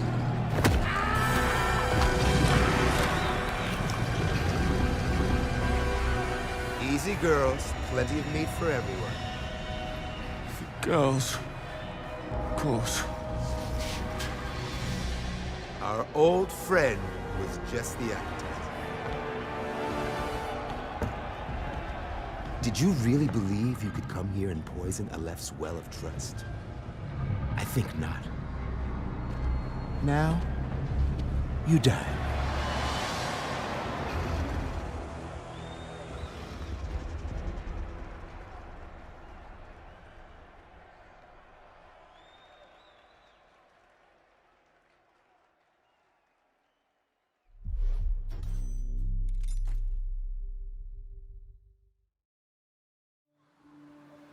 Good evening, 47. We have been tasked with eliminating Lilith Devereaux, the prospective new CEO of Ether Corporation.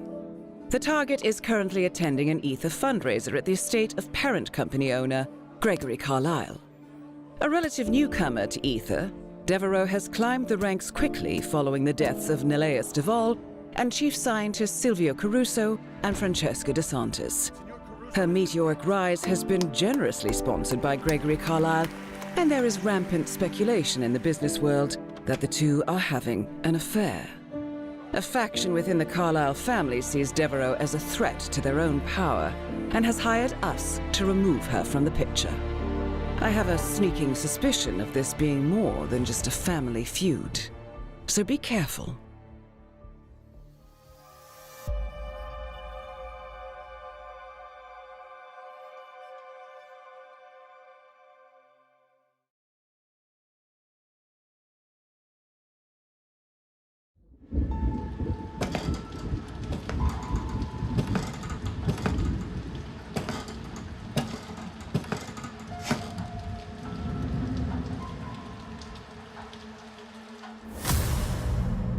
Monster's still out there.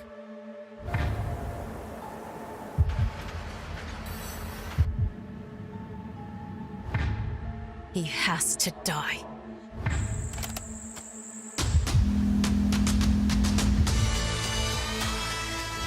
I'll make sure he pays. He suffers.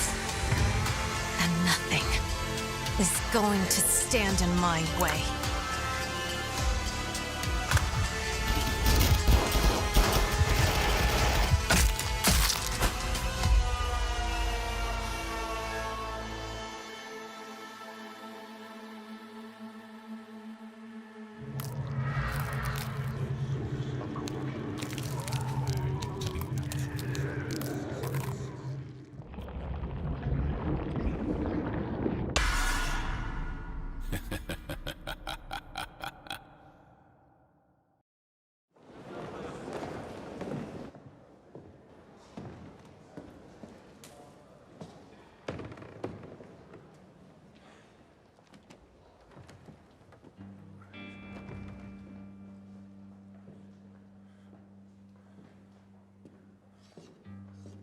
Having trouble finding the solutions. Don't worry about that. You just have to get yourself some new numbers. These solutions, they're not real. They're imaginary. That means even if you can't see the target, you can still shoot for it. So you're a mathematician now, a porter, a waiter, a candlestick maker, and a kleptomaniac. Was a taker, now a giver. Does Hodge's pocket watch keep good time? They say that it's the unconscious desire of every thief to be caught, that it's the fear of incarceration that gives freedom its currency. The fundamental fault of man is to think the enemy is external, not internal. Prison is in here, not out there. Hark at you with your art of war. James Moriarty. Sherlock Holmes. Hello, IGN Fan Fest. This is Jim Field-Smith. I'm the creator, director, and executive producer of Hijack. Check out this exclusive clip from our season finale, streaming March the 4th on Apple TV.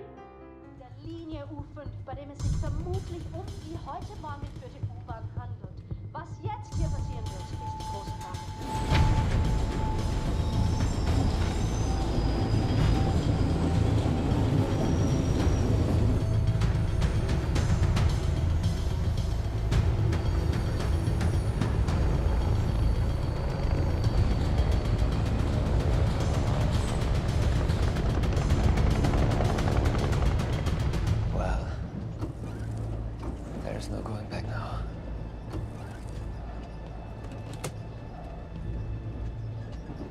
Kill the lights. I don't want them seeing it. Listen up.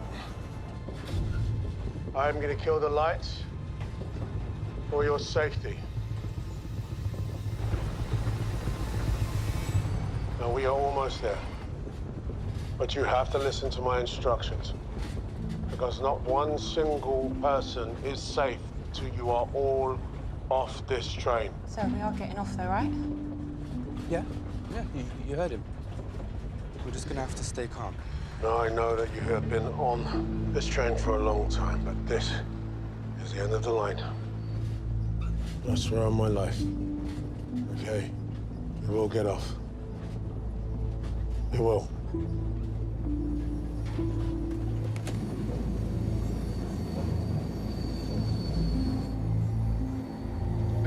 Is all this for us? Hey guys, this is it.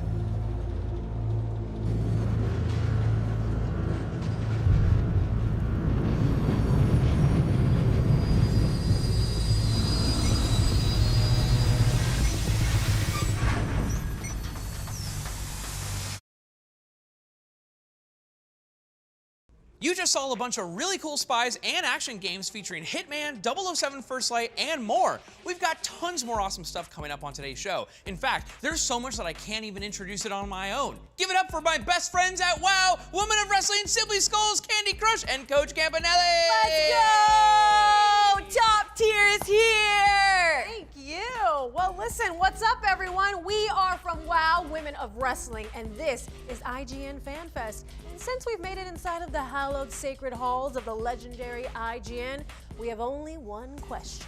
Oh, yes, anything. Where is the person who writes all of your reviews? I have a bone to pick with them. Let me at them. I'm gonna rip them limb from limb. Oh, okay, actually, we have a wide variety of people who review video games, movies, and shows for us here at IGN. Where are they? I'll smack some sense into them one by one. Just you watch me. Yeah, watch her. But why? What did an IGN review ever do to you? Well, one time I had a game that I really liked and I was excited for, and you gave it such a low score. And you gave a movie that I didn't like too high of a score. And one time, there was this TV show that I thought was really good, and all my friends thought was really good, and you gave it a 7 out of 10. A 7 out of 10. But 7 out of 10 means good on the IGN scale. That means we agree. We also thought it was good. My bad. I guess I shouldn't have said things about ripping people limb from limb. I guess I'm sorry. Oh. It's just that a 7 is such a weird number. A 6 would be so much worse. An 8 would be so much better. 7, it kind of looks like a snake, but it means good. How does that make any sense? How are snakes good? Yeah! We don't review reptiles or snakes or anything. Look, I get it. It's a lot, and I'm just glad we're all on the same page now. Apology accepted. Do me a favor, though. I need you all to channel the same passion and energy to tell our audience what's coming up today on IGN Fan Fest. Okay, fine. Coming up in a bit, we've got a bunch of fantasy games, including Crimson Desert, Ark Survival, Ascended, and more! And after that, we're diving into survival games like Solarpunk, Going Medieval, and Everwind. But right now, get ready, because it's time to check in with some great titles with excellent animation. IGN Fan Fest 2026, it's a 10 out of 10! What did you say? It's an opinion. I could be wrong. We're the only 10 out of 10! Top tier! Who are the chicks? Ooh, those are two fine ladies you're holding. Ebony and Ivory. I based their portraits off of my own. Can't you tell?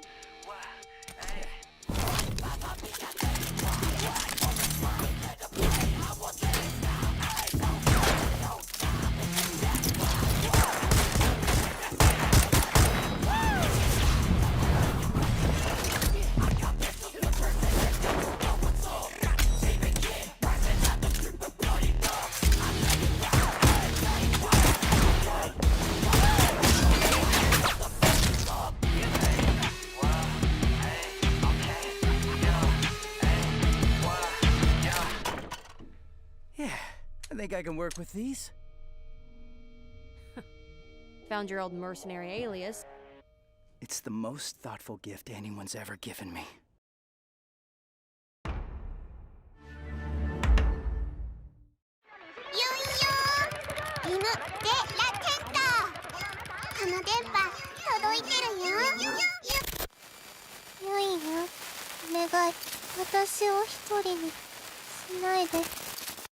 ユンユン電波のおかげで心のドキドキが止まらないよ。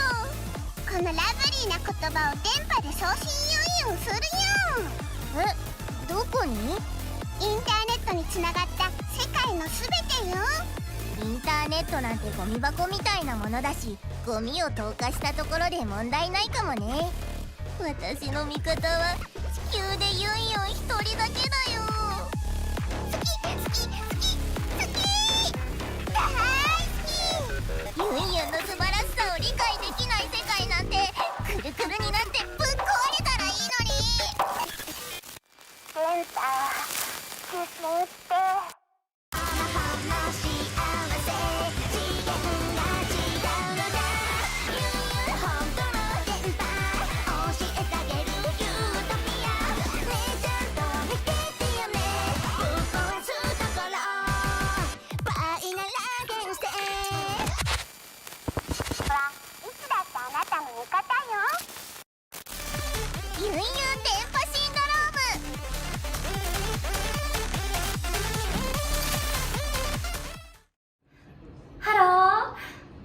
帽子のアトリエで主人公ココを演じている声優の本村玲奈です。皆さん IGN ファンフェス楽しんでますか？イエーイ。はい、今日皆さんに一番初めに見てもらうためにアニメとんがり帽子のアトリエの特別映像を用意しました。とんがり帽子のアトリエは魔法が人々の生活にあふれている世界で魔法への憧れを抱く小さな村の少女ココが魔法使いの青年キーフリーと出会い、魔法に隠された絶対の秘密を知ってしまったことから魔法使いの世界へと足を踏み入れていくという物語です。白浜かもめ先生が原作を手掛け、世界中で広く愛され多くのアワードを受賞している大人気壮麗ファンタジー作品になります。とんがり帽子のアトリエは4月からクランチロールで配信開始です。楽しみにしていてくださいね。では特別映像をお楽しみください。それではどうぞ。いいな、魔法使いに生まれた人は。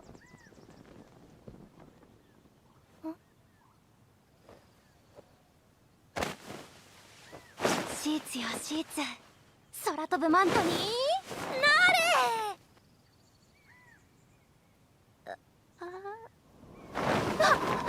待って、ダメ、そういう飛ぶじゃないの。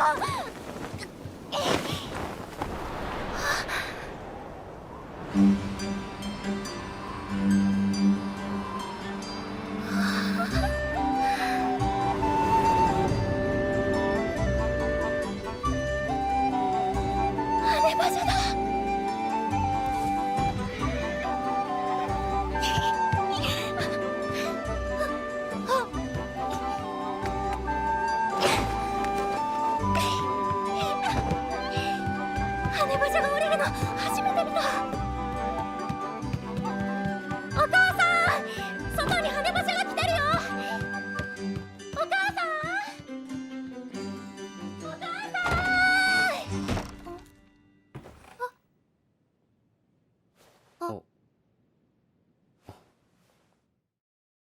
You're watching IGN Fan Fest 2026, the first of many amazing gaming and entertainment events IGN will cover this year. In just a few months, we'll be holding another IGN Live, and then it's down to San Diego for Comic-Con, and then we're off to Germany for Gamescom, and after that, then it's probably time to start planning another Fan Fest or two. How many could we do? That's just off the top of my head. You know what? It might be a good idea to pace ourselves, so we're going to take a quick break. Stick around, there's more IGN Fan Fest still to come. IGN Fan Fest is presented by HyperX and Neverness to Everness.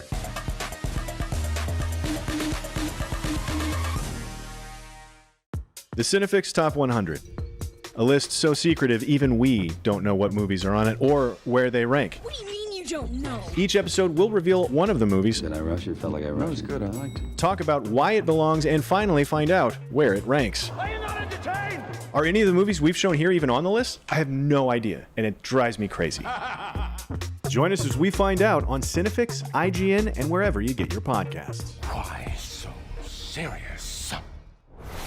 Catch up on all your favorite shows with up-to-the-minute gaming and entertainment news with Geek Media Podcasts. Welcome to a very special episode of IGN Game Scoop. Game Scoop has you covered for all things gaming and the latest game releases.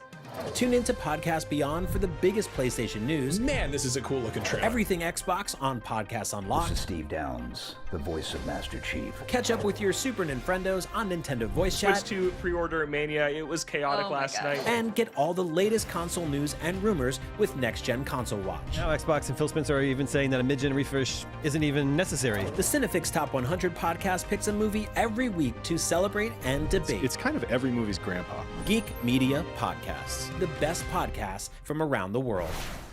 IGN Playlist is the best way to track your game collection. Now you can even import your entire Steam library to Playlist, making it easier than ever to review games, show off your collection of the world, and finally chip away at that massive backlog you keep meaning to get to. IGN Playlist, check it out.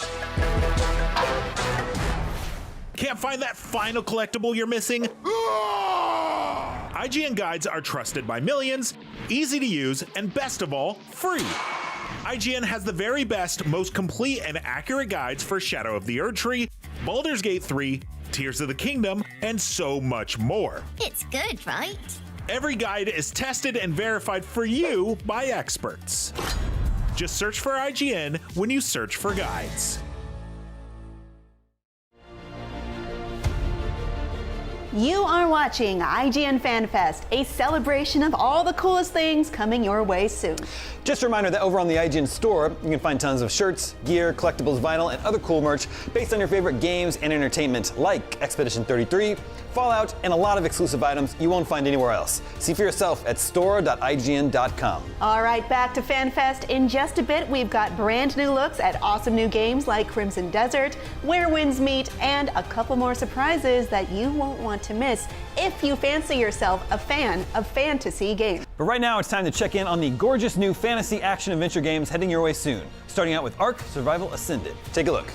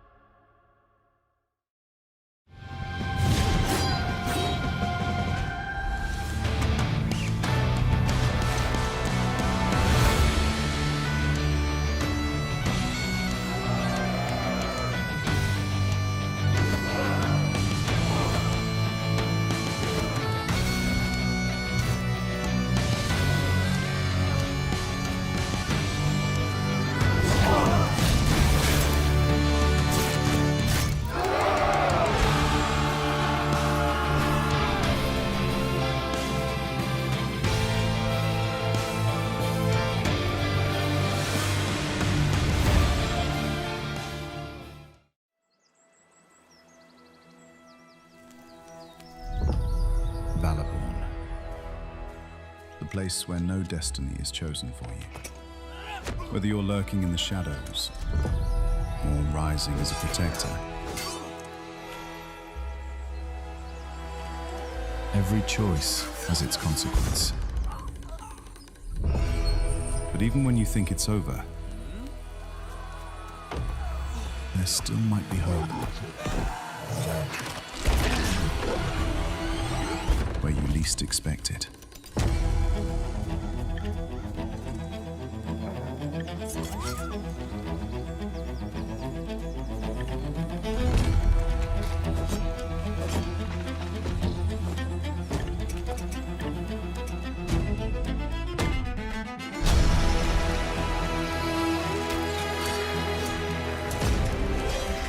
Will you stand together or fall alone?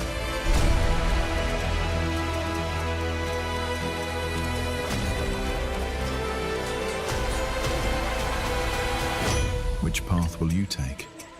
The choice is yours.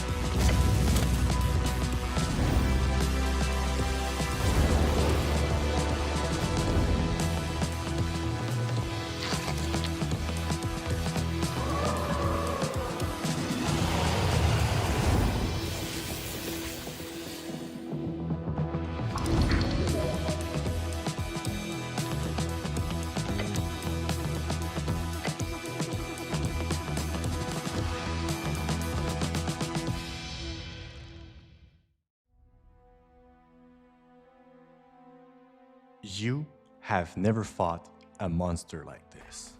Actually, you never fought a monster at all. Not in real life. What would happen if you, a normal person, had to survive an encounter with this fantastical predator?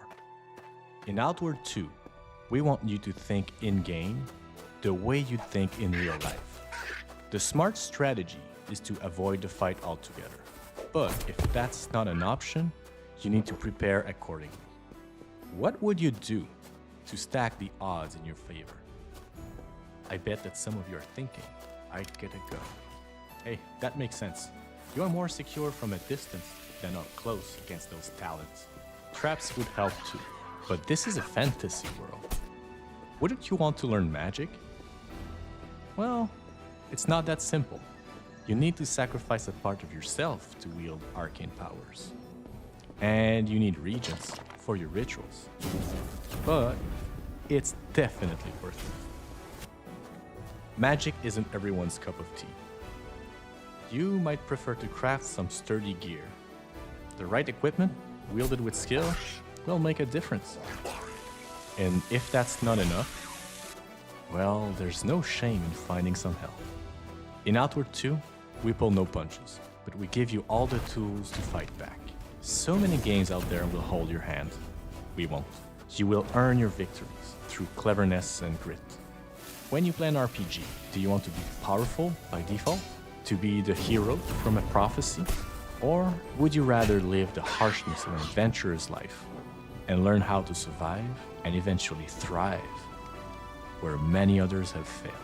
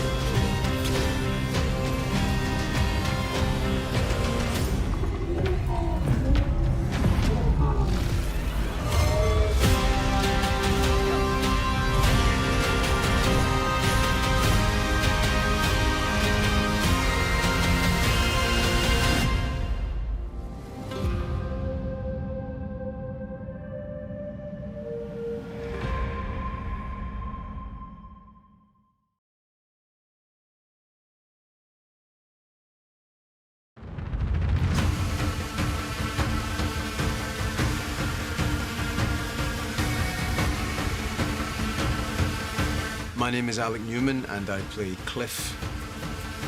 My name's Stuart Scudamore, and I voice the part of Unka. My name is Rebecca Hansen, and I play Damien.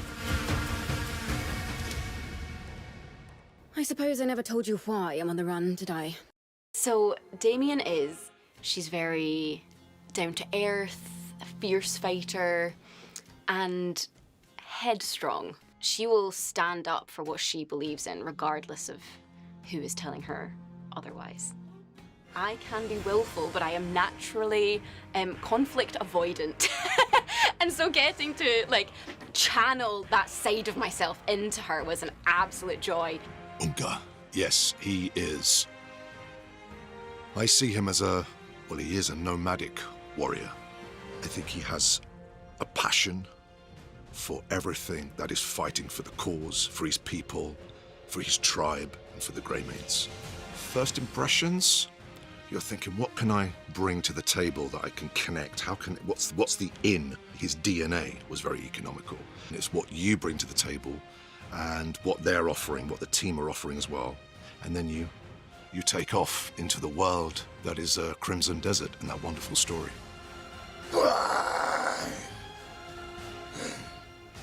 With the character of the Orc particularly, you're asked to give it a very bestial, very feisty, very bombastic, lower class postal code with regard to the delivery. But with Unka, what changed and what surprised me was that he was more of a philosophical Orc, educated, if you like. He had that sort of world-wise, nomadic element. Do you want that rousing element still? Yeah. Bigger? Yeah. Okay. Mark, game. Prepare yourselves to take back what was stolen. For our fallen brothers. Show no mercy. And what I found challenging for Unka is that he often communicated in grunt, but it was finding those levels of grunt, but finding that was challenging.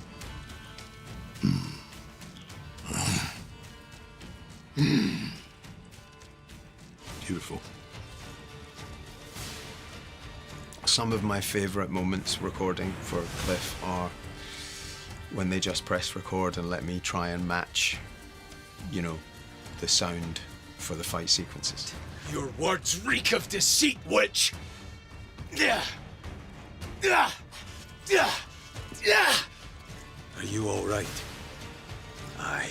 He's fiercely loyal, and you know he has a really strong moral compass. He knows what's right and wrong. Is your life worth so little? I've no interest in your story. There's no denying that he's very stoic. He is a man of few words. You could be forgiven for thinking that he's kind of, you know, a closed book, but when you meet him with other characters, particularly his Greymaids, his people, you begin to see him open out as a character a little bit. There was a particular family member. Almost immediately, I kind of lent into his voice, and instantly in the room, people responded. It seemed to just fit. The combat in the game, which we'll maybe talk about in a minute, which is absolutely astonishing. I've never seen anything like it. And having done some combat with broadswords and other weapons that appear in this game, there is a kind of imagination route into that element of Cliff.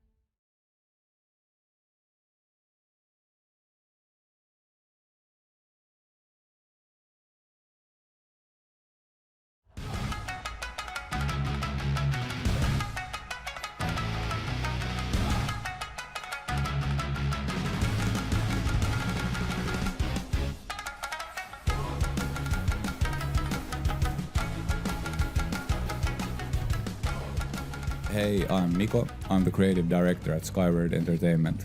And I'm Anton. I'm a game designer and community lead here at Skyward.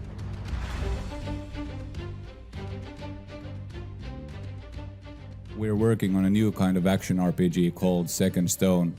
It's basically the game we've dreamt of playing for like, I don't know, 20 years or something. We imagined this game with all the vibes, all the spirit of the colorful games we remember playing as kids. Think of something as adventurous as Jak and Daxter maybe, but with swords, spells and rich RPG customization systems. We're honestly just trying to make the smoothest and most fun action RPG we can. So if you end up replaying the game just because you like how it feels, then I think we've done a good job. The thing that makes Second Stone so special, at least for us, is that it feels like the classics we grew up with, but plays like a modern game. We try to draw inspiration from all the games we've played and loved throughout the years, so we might take a look at what made the early 3D platforming games so charming, analyze hit stops in fighting games to add a sense of impact to each attack, or just look at how Astrobot teaches you everything about the game without ever interrupting the fun. As a result, Second Stone has a bunch of different stuff you can really lose track of time with, be it exploring the world, tinkering with your build, doing another run in the roguelike temples, or just taking a break to play cards with the villagers. Yeah, working on Second Stone has been such a fun and crazy journey.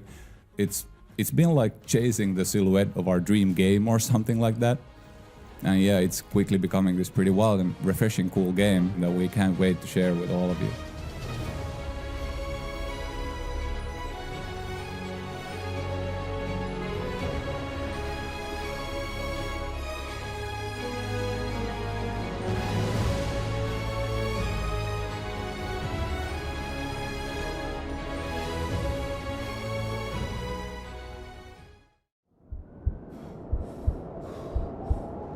When darkness hunts, heroes bleed.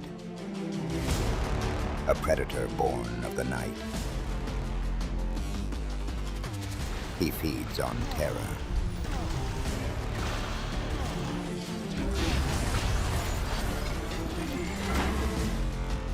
And drinks the strength of his victims.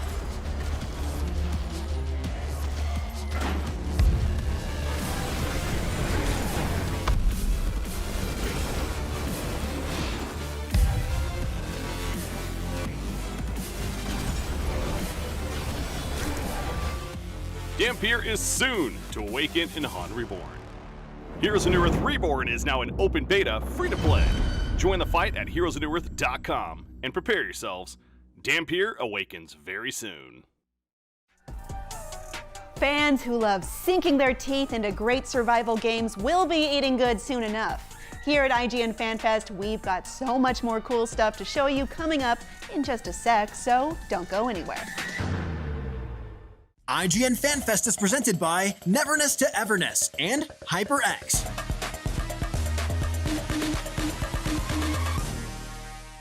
Hey you! Looking for a way to wear your fandom with pride? The IGN store is the ultimate destination for awesome merch and collectibles from the biggest games, movies, shows, and everything in between. Cruise the wasteland in style with a Vault Dweller hoodie and replica Pip-Boy. Whatever you're into, you're bound to find something. See for yourself and head to store.ign.com today. IGN Playlist is the best way to track your game collection. Now you can even import your entire Steam library to Playlist, making it easier than ever to review games, show off your collection of the world, and finally chip away at that massive backlog you keep meaning to get to. IGN Playlist, check it out. Catch up on all your favorite shows with up-to-the-minute gaming and entertainment news with Geek Media Podcasts. Welcome to a very special episode of IGN Game Scoop. Game Scoop has you covered for all things gaming and the latest game releases. Tune into Podcast Beyond for the biggest PlayStation news. Man, this is a cool looking trailer. Everything Xbox on Podcasts Unlocked. This is Steve Downes, the voice of Master Chief. Catch up with your Super Nintendos on Nintendo Voice Chat. Switched to pre-order Mania. It was chaotic last night. And get all the latest console news and rumors with Next Gen Console Watch. Now Xbox and Phil Spencer are even saying that a mid-gen refresh isn't even necessary. The Cinefix Top 100 podcast picks a movie every week to celebrate and debate. It's kind of every movie's grandpa. Geek Media Podcasts, the best podcasts from around the world. The Cinefix Top 100. A list so secretive even we don't know what movies are on it or where they rank. What do you mean you don't know? Each episode will reveal one of the movies. Did I rush it? Felt like I rushed. That was good. I liked it. Talk about why it belongs and finally find out where it ranks. Are you not entertained? Are any of the movies we've shown here even on the list? I have no idea, and it drives me crazy. Join us as we find out on Cinefix, IGN, and wherever you get your podcasts. Why so serious?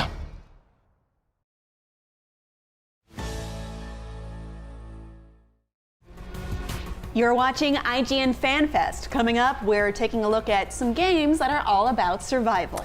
But first, a game where 10-year-olds are sent into the world on a totally unsupervised journey to capture and tame as many wild animals as possible. Sounds like a survival game, but I'm actually just describing Pokemon. Pokemon is pretty intense when you think about it, and hey, if you're looking to get more intense about Pokemon battling, you should check out planetpokemon.com. This massive database of Pokemon lets you assemble the perfect team, digging into stats and picking the best strategy for different games. Head to planetpokemon.com to see for yourself. But right now on IGN Fan Fest, some wild survival games have appeared. Take a look.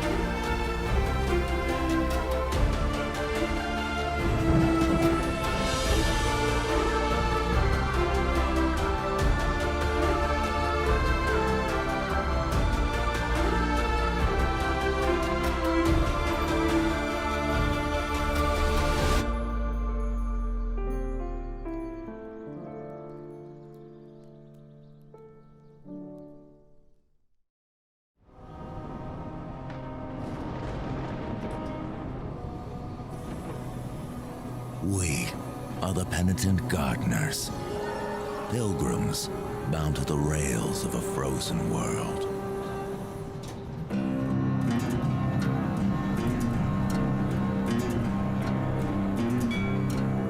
Nothing is wasted on our quest for salvation. We take,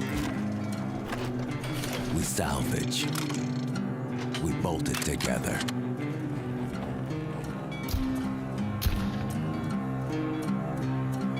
Our makeshift convoy is our lifeline.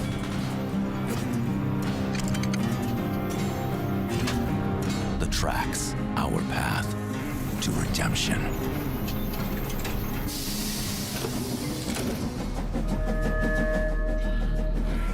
Each stop draws us closer on our righteous journey.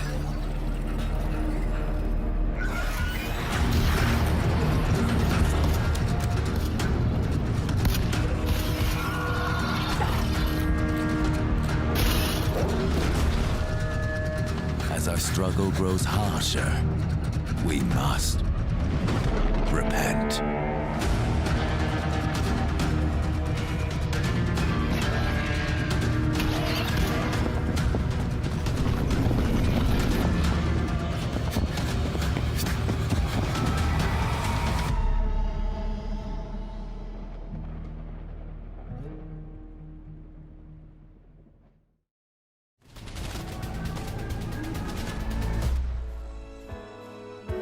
So, you want to be a cult leader.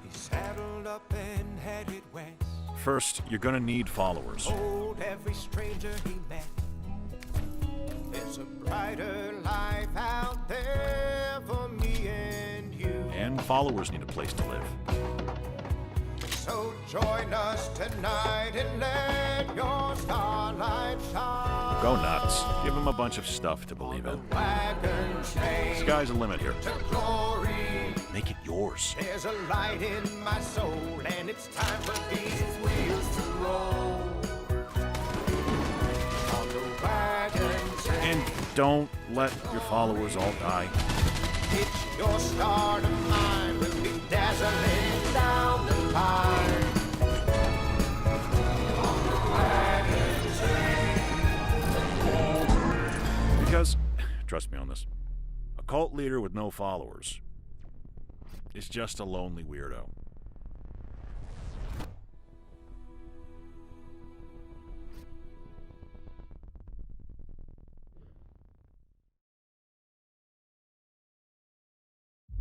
You'd come. It woke without warning. Decades of silence erased in a single night. Roads vanished, the city followed. People after that. We're cut off from any help, but ruins keep what they take. Look closely, Frank. Beneath the ash and fire, something endures. Watch out. We need any supplies, Frank. Keep your eyes wide open.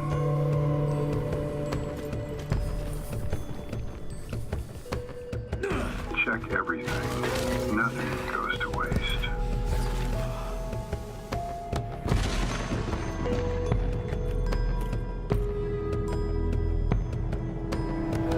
And if there are still people out there, we find them.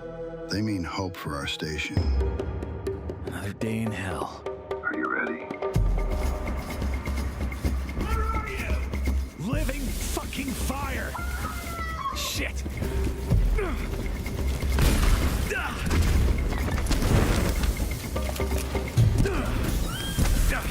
I'm coming for you! Where are you? Stay with me. Got her, William. Danger's rising. Evacuate. Roger that. We bring them here. We hold this place together. Long enough to move people through. Long enough to get some of them out.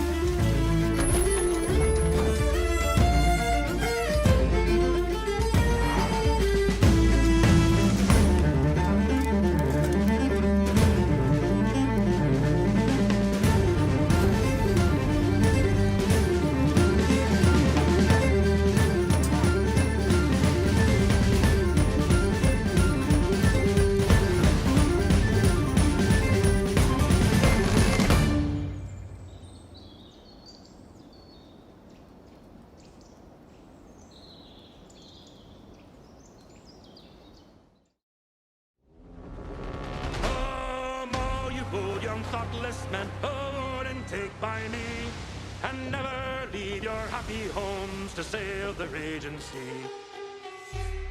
For I have plowed the raging main this 20 years or more, but now I'm turned adrift to starve upon my native shore.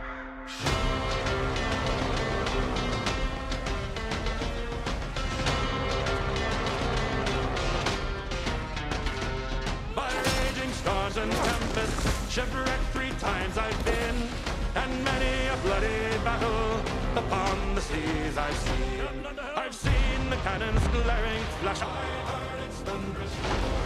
Though now I'm turned adrift to starve upon my native shore. Should Starfleet's venture upon the raging main, through hearts of oak we British tars will push the sea again. Come pity temple strangers, a luckless British tar. In your defense he may have hurled the thunderbolts of war.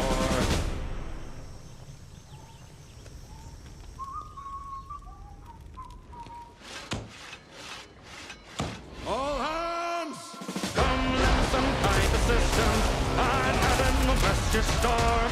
For now I'm turned adrift to starve upon my native shore.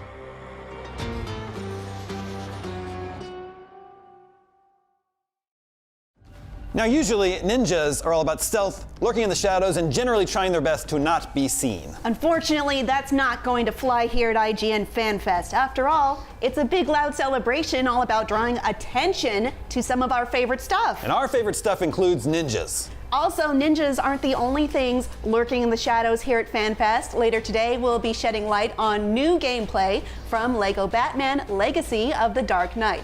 But first, ninjas. Show us the ninjas already!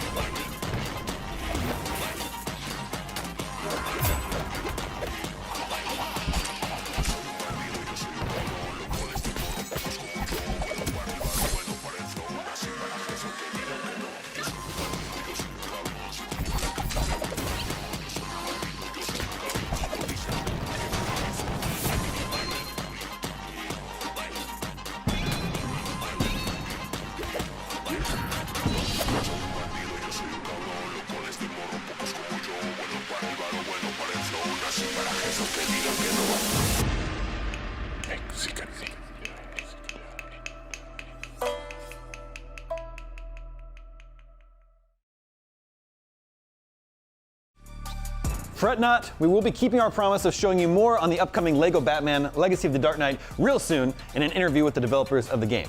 You're watching FanFest 2026 right here on IGN. We need to take a quick break, but don't go anywhere because there's lots more still to come. Stick around. IGN Fan Fest is presented by HyperX and Neverness to Everness.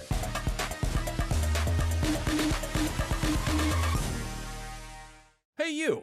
Looking for a way to wear your fandom with pride? The IGN store is the ultimate destination for awesome merch and collectibles from the biggest games, movies, shows, and everything in between.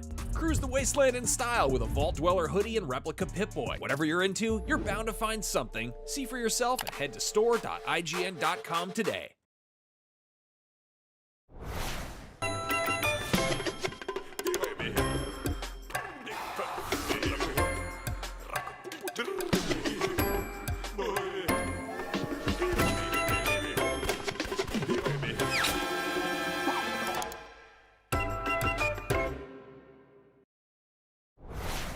Catch up on all your favorite shows with up-to-the-minute gaming and entertainment news with Geek Media Podcasts. Welcome to a very special episode of IGN Game Scoop. Game Scoop has you covered for all things gaming and the latest game releases. Tune into Podcast Beyond for the biggest PlayStation news. Man, this is a cool looking trailer. Everything Xbox on Podcasts Unlocked. This is Steve Downs, the voice of Master Chief. Catch up with your Super Nintendos on Nintendo Voice Chat. Switch to pre-order Mania. It was chaotic last night. And get all the latest console news and rumors with Next Gen Console Watch. Now Xbox and Phil Spencer are even saying that a mid-gen refresh isn't even necessary. The Cinefix Top 100 podcast picks a movie every week to celebrate and debate. It's kind of every movie's grandpa. Geek Media Podcasts, the best podcasts from around the world. The Cinefix Top 100. A list so secretive even we don't know what movies are on it or where they rank. What do you mean you don't know? Each episode will reveal one of the movies. Did I rush it? Felt like I rushed. That was good. I liked it. Talk about why it belongs and finally find out where it ranks. Are you not entertained? Are any of the movies we've shown here even on the list? I have no idea, and it drives me crazy. Join us as we find out on Cinefix, IGN, and wherever you get your podcasts. Why so serious?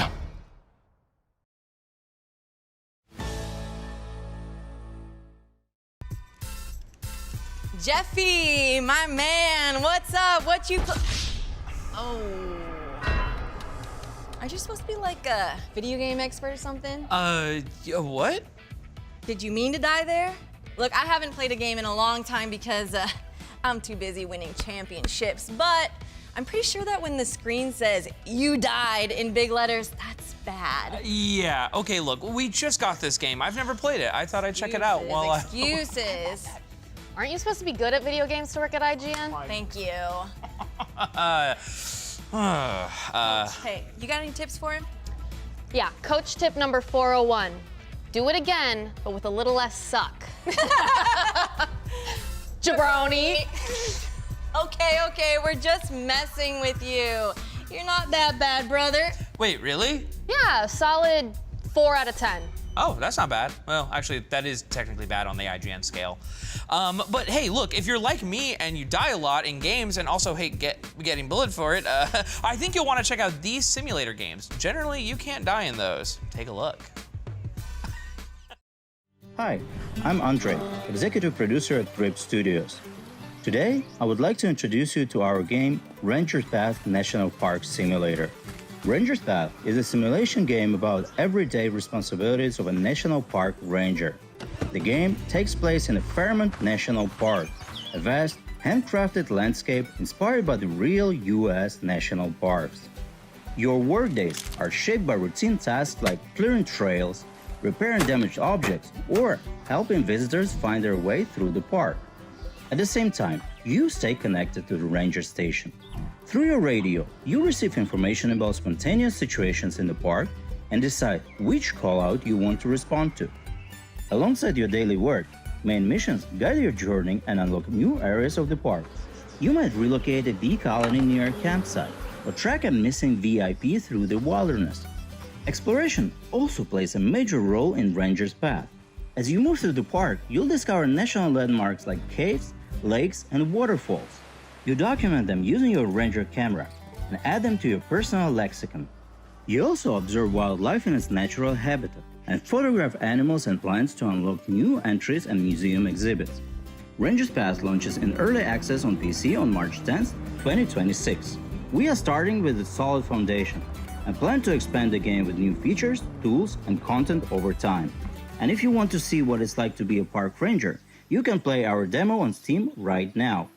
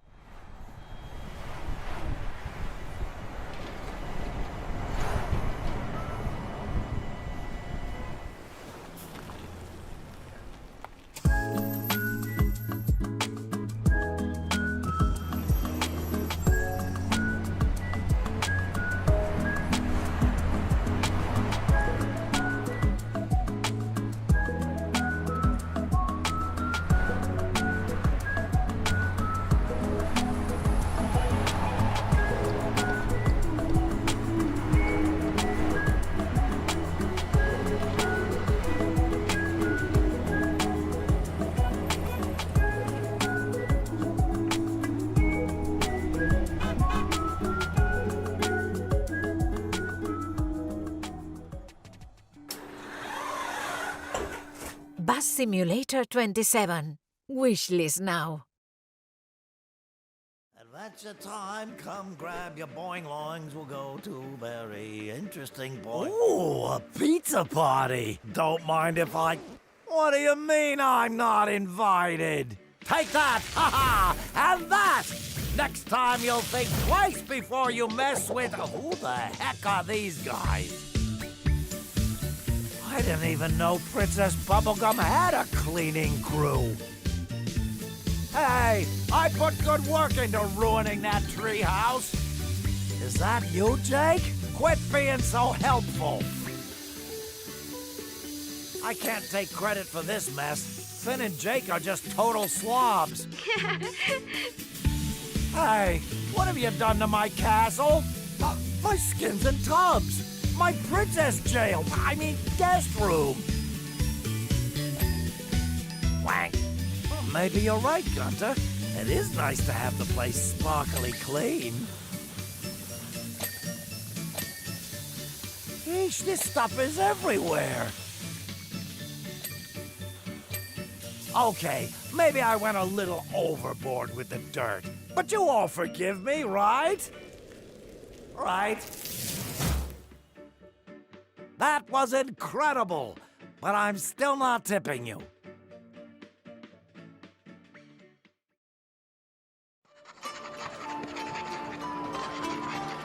A noble lady doth approach with up-turned nose and glittering brooch. She fools the guard with a glamorous hand, but a dicky died of stuff to the mouth with contraband. The gate protects our faith. The gate will keep us safe, provided the gate isn't guarded by a moron. The peasant pulls a rusted cart, the cheese he's carrying smells like fart. He probably prized two nuns apart and made it from the shavings. The gate protects our faith. The gate will keep us safe, provided the gate isn't guarded by a moron. Provided the gate isn't guarded by a moron. Sorry. Welcome to IGN Fan Fest 2026. I'm Casey DeFreitas, and today we'll be taking a tour of 3 bases you'll encounter in Monster Hunter Stories 3 Twisted Reflection. Please welcome director, art director, and lead game designer of Monster Hunter Stories 3 Twisted Reflection, Kenji Oguro, Takahiro Kawano, and Daisuke Wakahara. Also joining us is Daiki Tsuchida to translate for us today. Thank you so much for joining us. Hi, nice to meet you all. Thanks for having us. Thank you all so much for joining us today. I'm really excited to watch the video that you have prepared for us. Can you very quickly describe what we're about to see? はい。本作の、Okay, so today the video we are going to watch will feature 3 locales that the protagonist and his fellow rangers will visit during the game. Starting off with Azuria, and we have other locales that I would like to introduce in today's video. In the game development process, we first start off with crafting the concept art or the art design, and then following the art design, we implement that into the actual game itself. So in this video, you'll see the concept art followed by how the concept art actually turns out in game. So please look forward to it. ご覧いただいて皆さん楽しんでもらえたらなと思います。よろしくお願いします。So let's get a first look at Azuria.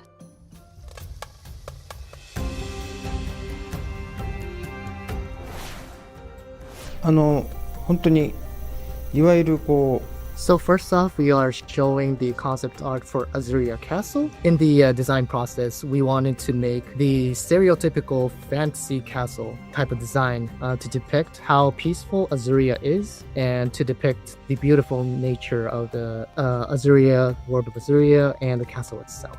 But was there any specific region that the architecture was inspired by? For the castle design, they based it off of a Spanish castle named Alcazar Castle, and the surrounding environment, they had some inspiration from Lake Leman.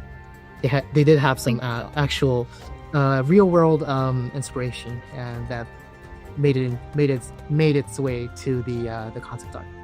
And then something that is unique to Monster Hunter Stories is that to depict the bond with Rathalos in Azuria, you can see throughout the castle, you'll see like wing-like fabric stretched upon the castle. So those flags or fabric represent the wings of Rathalos. And also throughout the castle, you'll see that there's actually like an airport for the monsters to take flight. So you'll see that later on in this video.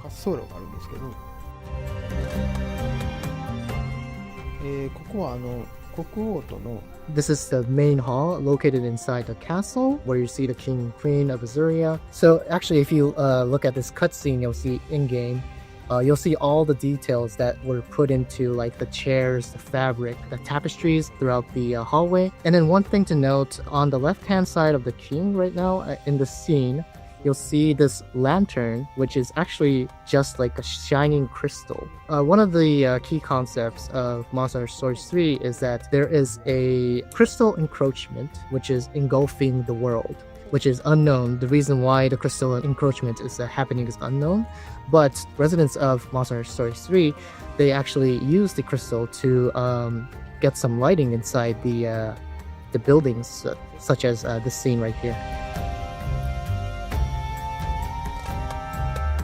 Alright, so the next concept art we have here is the main square of Azuria Castle. So this is the most lively place within Azuria Castle. We wanted to make this place very lively and beautiful to depict how peaceful Azuria is. So you'll see in this concept art there is a fountain right in the middle, and around the fountain you'll see many shops including smithy, other item shops, and in-game you'll actually see a bunch of NPC characters walking throughout the square. So that's one of the things we wanted to implement in Monster Hunter Stories 3. You'll see NPC characters walking. You might be able to encounter some funny dialogue and monologue amongst the NPCs.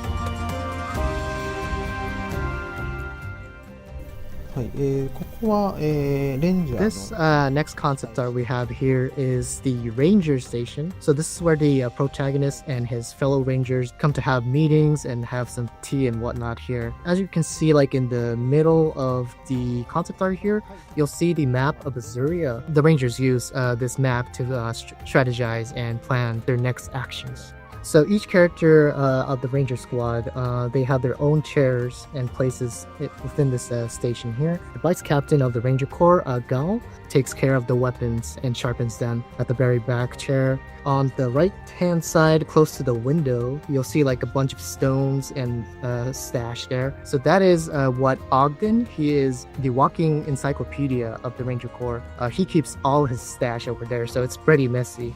And then on the left-hand side, we have the kitchen. So this is where Eleanor, she is the Princess of Brumil. She joins the protagonist Ranger Squad later on in the game, but this is where Eleanor cooks for the team. And we have Thea. She is the newest ranger who joined the Corps recently, and she does not have a chair yet, but she loves to run around in the fields in the far back. And lastly, Simon, he is the best friend of the protagonist. He tends to just sit in whichever chair is open, and he loves to read.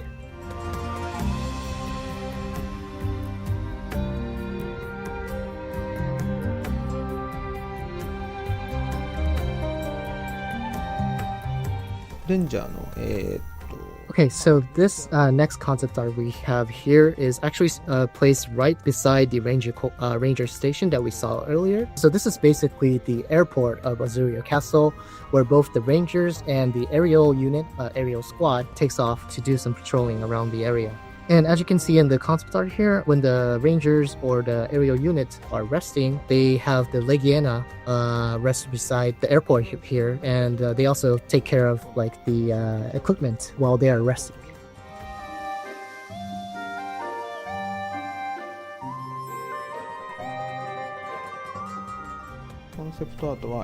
So next we have the concept art of the conference room where the people of Azuria and Vermeil, the country next to Azuria, have their first conference at the beginning of the game. So on the right hand side, you can see that it's very bright, close to the window, has good lighting, and that is where the Azuria members are sitting. And while the left hand side, it's actually pretty darker compared to the right hand side. That is where the people of Vermeil are sitting. So the reason why we wanted to have Azuria on the brighter side and Vermeil on the darker side, this actually portrays the situation of the two countries. So as mentioned earlier, Azuria is very peaceful, very beautiful place. But on the other hand, Vermeil is facing some turmoil because of the crystal encroachment. So we wanted to have a darker lighting on the Vermeil folks to show the contrast between the two countries. On the middle of the table, you'll see that there's a lot of grape juice and some food set on the table. So that is to depict how prosperous Azuria is compared to the people of Vermeil.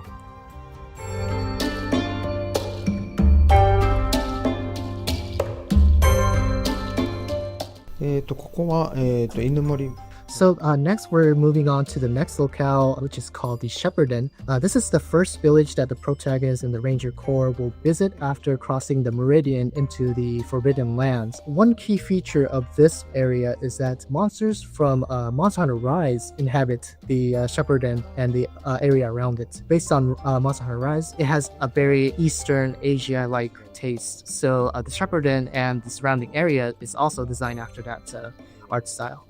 And then regarding the Shepperton village itself, as you can see in this concept art, it is actually placed on top of a very dangerous plateau, as you can see, with waterfalls and steep cliffs. So the reason why the residents of Shepperton ended up in this place is because they had to flee from their homes for safety, and thus they wanted to have like a fort that will protect themselves from outside dangerous existences. So they ended up creating this village on top of a very steep cliff. This concept art featuring the elder of the village, Cole's house. So you can see Cole's house on top of the stairs in the middle of the concept art over here. Right beside the end of the stairs, you'll see this gate. This is designed after the Japanese torii gate. And then right beneath the torii gate, you'll see some masks stuck into the ground. And these masks actually represent graves of the former elders of the village. So the elders are actually resting right beneath the torii gates. And the next concept art we have here is the ranger station based inside the Shepperton. So this is not like a permanent station. They're just borrowing some space from the residents of Shepperton. In the far back, you can see, maybe you can see it better in game, but you'll see Ratha. He is actually stuck in like this very small stable, because the stable, that was not a stable at the first place. It was just like a vacant residence of the Shepperton village. But they didn't have any space for Rath to rest in, so he just ended up in there. And on the left-hand side, you'll see a very simple kitchen, which is made out of basically dirt. So that's where the rangers have to like cook their meals and prepare for their next adventure. I did want to ask, is Shepperton a play on words? Is like Shepherd Den because of the people's reverence for Palameets there? So unfortunately, we don't have any localization team members present in today's interview. So we're honestly unsure of how they came up with the English name Shepperton. But our localization team, they really love to play with words around, as you can see in the Monster Hunter series. So there should be a reason why they ended up naming this place Shepperton.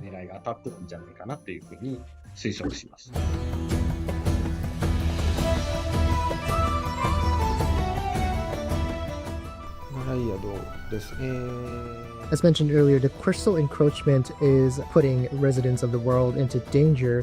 However, in this particular region, the residents of Galliard actually take advantage of the crystal encroachment in that they sell the crystals for goodies and make money off of the crystal encroachment. So as you can see, Galliad as a city, it looks very prosperous with many decorations, stones, jewelry throughout the city itself and the buildings. But if you go deeper into the city here, there is a steep boundary between the prosperous residents and the not so prosperous residents. So in parts of Galliad, you might actually find like a slum area to differentiate the prosperous outside versus the inside of Galliad. So here we have the main square of Galliad. So in the middle, you can see the Lagiotris statue decorated in lots of jewelry. If you look around the city itself, it is inspired like from the Mediterranean regions. So if you think about the Mediterranean area, you'll probably think about like beautiful buildings next to like the ocean, the sea.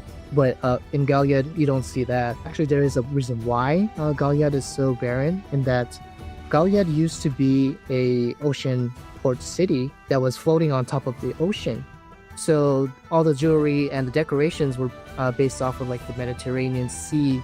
But desertification has caused the city to lose all the water, and it is currently barren, sandy. So that is the reason why there's a difference between the decorations and the actual cityscape itself.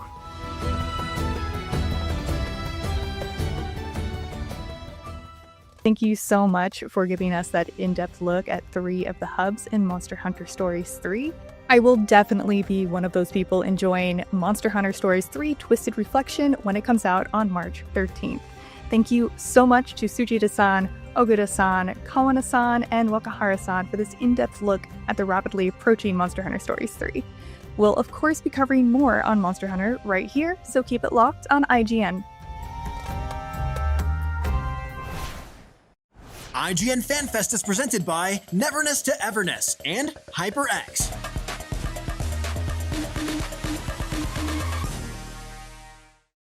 The average Cinefix movie list features nearly 100 different films and approximately 25 minutes worth of wall-to-wall deep dive analysis.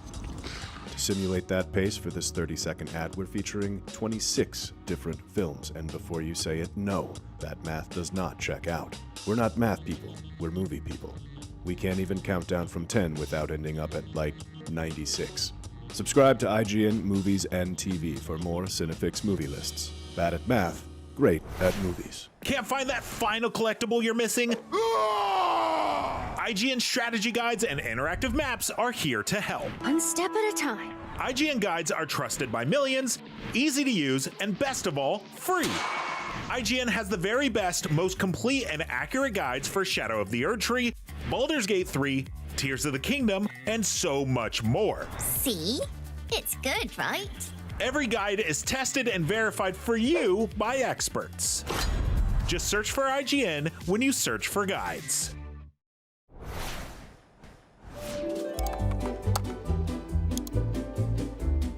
IGN Plus is where your adventure begins. What are you selling? Plus is the place to get unlimited access to all the tools you need to beat your games. Here's what you need to know for bringing down Gloomspawn. Plus, awesome exclusive discounts on IGN Store. Maybe this would tease open your money pouch. Plus, ad-free browsing on IGN.com. Plus, unlimited game help tools like premium interactive maps with your own custom map markers, filters, marker notes, and more. This will come in handy. Plus, access to sweepstakes, giveaways, and free game keys. Wow! Exactly. Want more? Head to IGN.com/plus and start your adventure today.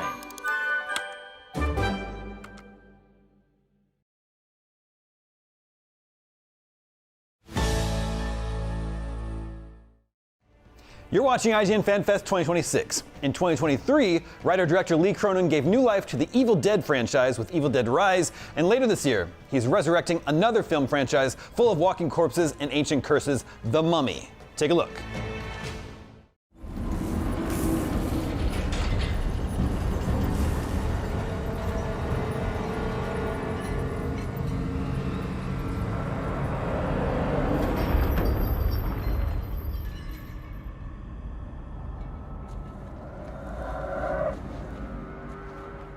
الكاميرا بسرعة.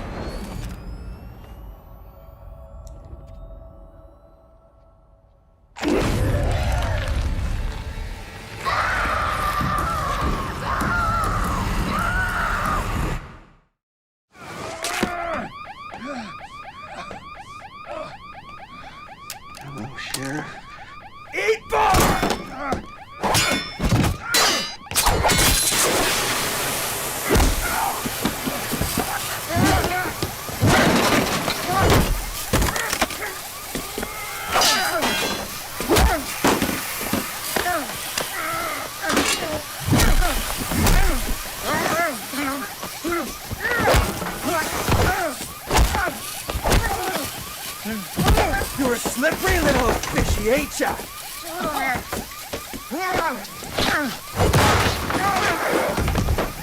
God damn it! Stay down!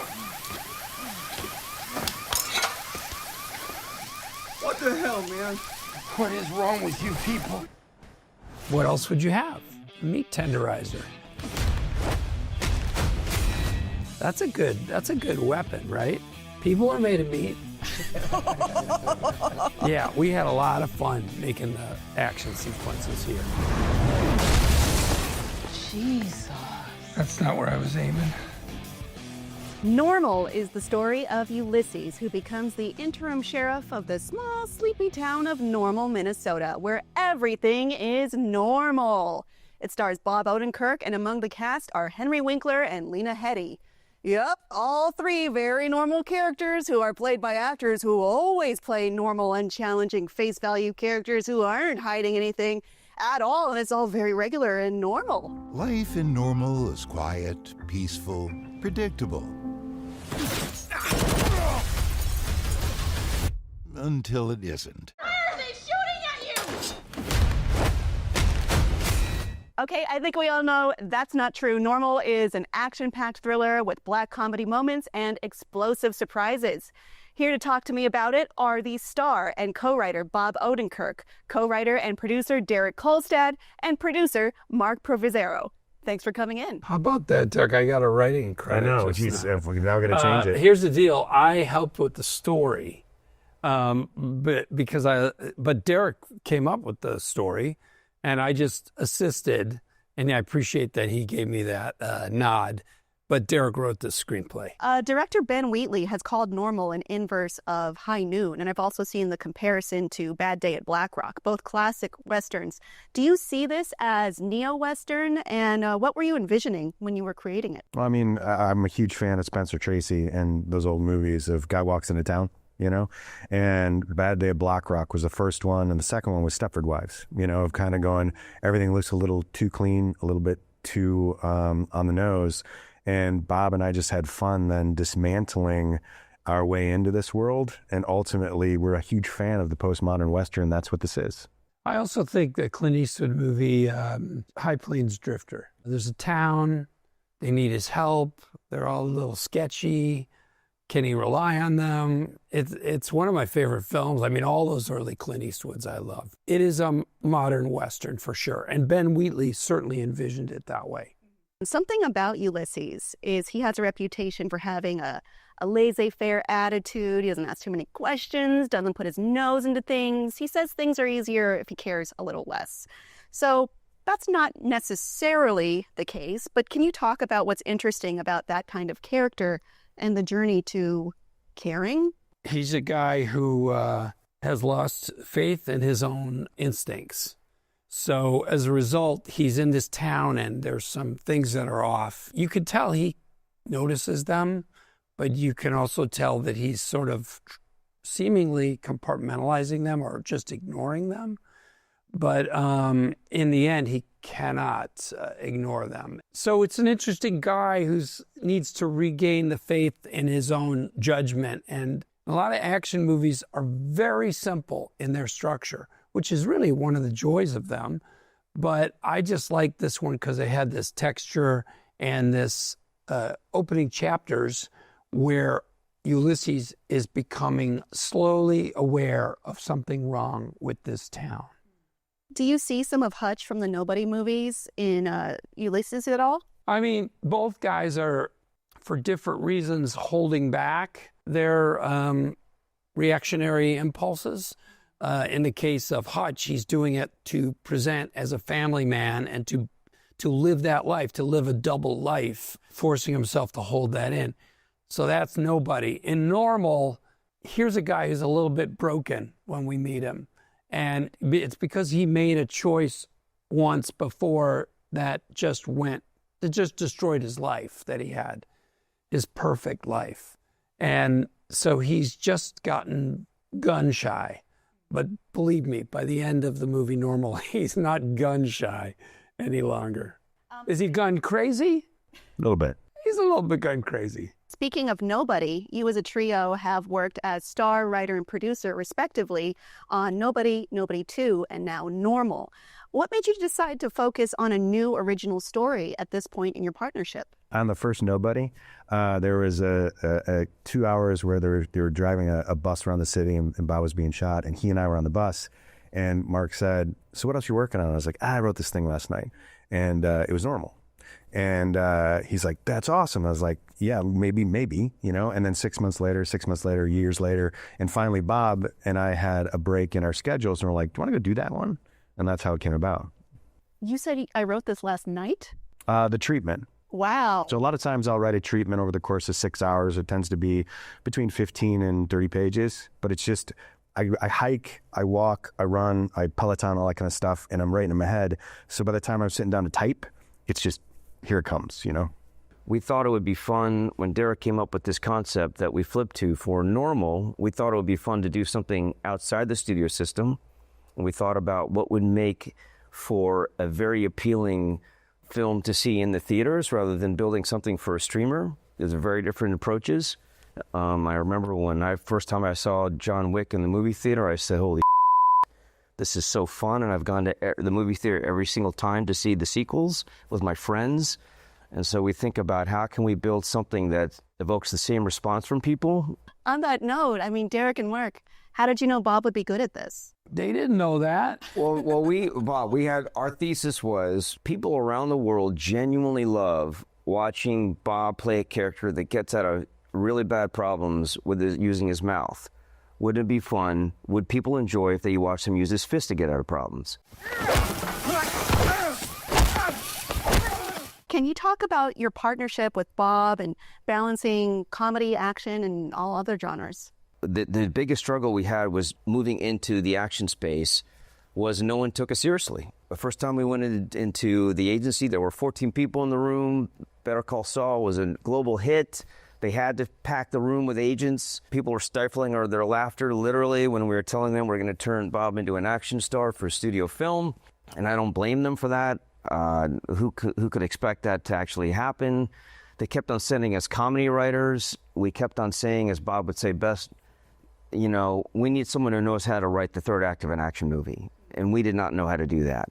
And thank God, the writer, the creator of one of the greatest action franchises generationally was also a comedy nerd fan and completely got, right the first time we talked to him about it, there was no like overcome. One thing we went out of our way to overly accentuate was we did not want, people were going to assume if they saw Bob at that time in a movie like this, that it was going to be an action comedy. And that was really important for us to over-accentuate that it was a dramatic film and an action film. And then, yes, you were going to laugh within that, but we needed to make that distinction really clear. I didn't need to learn to fight. I could have had some stunt guy who's shaped like me do all my fighting. But I didn't learn that till years later after I trained. No, it's not true. I like doing my own fighting. And if I'm doing my own fighting, they can keep the camera on me and I can play the guy. I can do his expressions. I wanted to play a guy who actually got hurt, who actually got worn down as you watch the movie. He gets tired, he gets hurt, he gets dinged up. Because I just feel like that is actually not something you've seen a lot of. Action stars that I know of, I don't know all of them, but the ones that I know are they're machines. They never really get hurt. There's they never accrue damage. And I wanted to play a guy who, in these movies, starts with a little bit of self-doubt and also accrues damage along the way. Derek, we already brought up John Wick, so now I have to ask. You are the creator of the John Wick franchise and several action-heavy hitters on top of your work with Bob and Mark. Can you tell me what is the key to creating character-driven action movies that stand out among the rest? And is it helping dogs? Dude, and the number of people that in the past have said, I turned off that movie at that point, and then someone said you should watch the rest of it. I'm a huge dog lover, so what I would say is my favorite action movies begin and end with the main character. You care about them. You give a shit you know, and one of the best intros to a character ever is still Indiana Jones and Raiders of the Lost Ark. You're introduced from behind, and he, you know, uses his whip, and he has the cat and the jacket, and then he loses and runs away and loses, and you're like, I love this guy. There's some sort of like self-aware empathy at play, you know. And when it comes to the action heroes I love, they're not the best at what they do. They get up, they have will, they move forward, you know. You look at Riggs in the first couple of Lethal Weapon movies, he gets his ass handed to him, but he wills himself through to win. And ultimately, when he talks about sketch comedy, I talk about action, we kind of connect on the standpoint that they're very similar, an action scene and a sketch. You know, you got to have moments of humor, you have moments of character, because action is really an extension of the hero's journey. And ultimately, it's why we go back to watch certain movies over and over and over again. It's because it's like, you know, revisiting an old friend. So we love the people that we're creating here, and we just want to root for them. One of my favorite scenes involves an unconventional weapon, a meat tenderizer hammer. When I love stunt guys, you know, we actually spend a lot of time with the second unit just because it's more fun. But ultimately, when you write a scene and Bob and I imagine some stuff, what's on the page is meant to invigorate the stunt guys. And then you also say to them, but do your thing, you know? And so there are elements that are in the script that make it. Like there's a scene in the red circle in the first John Wick where John shoots this guy in the foot and he reacts and leans forward and John shoots him in the head. That's in the script. And I was like, oh! But then there's another scene where John grabs this guy, slams his head down, just unloads in his face. And I'm like, that wasn't in the script, but I was in the audience going, hoo hee hee. And with nobody, and with Normal especially, because we had a little bit more flexibility, it would be like, hey, instead of that, why don't we try this? What haven't we seen before? And yet not make it tongue-in-cheek, but it would make sense why a meat tenderizer would win against a knife. We were stuck in that kitchen. Yeah. It was a thin space to work in, which is good and bad. I mean, whenever you've got a limitation, it inspires you, and of course you're like, oh, we can't go anywhere in here. But it's both, you know. And so you got the stove, you got drawers with in them, you've got, you know, shelving you can pull out. We needed something. I mean, this guy's got a knife, and there's a gun at play at a certain point in that scene. And what else would you have? A meat tenderizer. That's a good weapon, right? People are made of meat. Yeah, we had a lot of fun making the action sequences here, and a lot of inventiveness from everyone. Certainly from the script, and then from Greg Rementer, and from the stunt guys, and from Ben Wheatley, and from Greg Rementer in the big battle between the Yakuza and the townspeople. Do you think there's room for Normal 2? Is this the beginning of a new franchise? I hope so. Because he's still alive at the end. Yeah. I'm a big fan of movies you watch, and you kind of care about the cowboy who goes off into the sunset to see what he does in the next town over. And here we have enough like seedlings of ideas that are kind of planted throughout this first one that we can bring it to Harvest if we want. I would love to do this guy again. Yeah. I just love getting to play a person with a past who's lived some life and is weathered by that and has to live with those regrets, has to forgive himself, has to carry on, because that's more who I am. And so I love playing Ulysses. Yeah, I would love to play him again. All right, everyone, that is unfortunately all our time, but you can catch Normal in theaters this April, where it will be Magnolia Pictures' widest release to date. Have a real normal one, but I mean the kind of normal without any fiery explosions. Bye.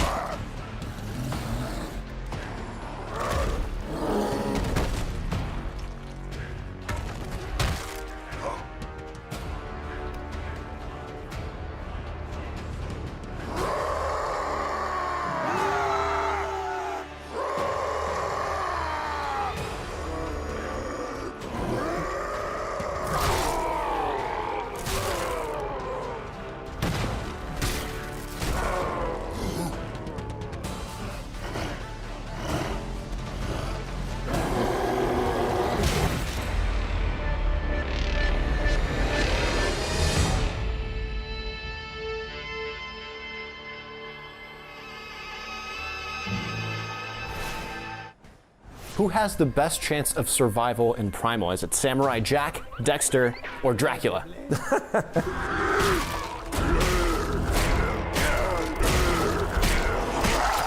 Primal's newest season is finally here, and it's well on its way with a new undead twist. Joining me in the IGN studio is show creator Genndy Tartakovsky, who is here to answer all of our burning questions. Welcome to IGN Fan Fest. Thank you, thank you. All right, so let's jump right into it. For those watching who are looking to get into Primal for the first time or just learning about the show now, what is Primal? Primal is a visceral, visual show about a caveman and a dinosaur who bond over this shared tragedy that they experience, and they find a way to become a new family and survive the horrors of the world. Amazing. Now, Spear is back this season as a zombie. What made you want to revive the character after his end in season 2? Well, basically, I thought, you know, at the end of season 2, that was kind of it, and I wanted Primal to be kind of everlasting, so I thought about having it to be like an anthology show. And then, you know, what happens is during production, you know, it takes us like 2 years to do a series, and then it comes out and people watch it in a week or 2 weeks or 3 weeks. So the timing that I live with it versus people who watch it is very different, right? Mm-hmm.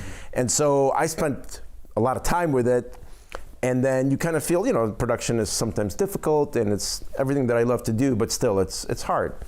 And so I feel like I'm finished with it. But then after I take a little break, I realized, oh no, it's still so fresh. And then the response is really strong. And then you start to think about like, oh, I just spent 20 episodes getting to create these characters and for people to really like them. And then I kill one off and then it's the end of the show. So then I realized it's too early, you know, and then what do I do now? And then basically this idea popped up. And initially the idea is like, oh, no, it's kind of almost like a joke. But then as I started to think about it, all these amazing story elements and emotional elements came out. And then, you know, for everything that I've ever done, I've always just trusted my gut.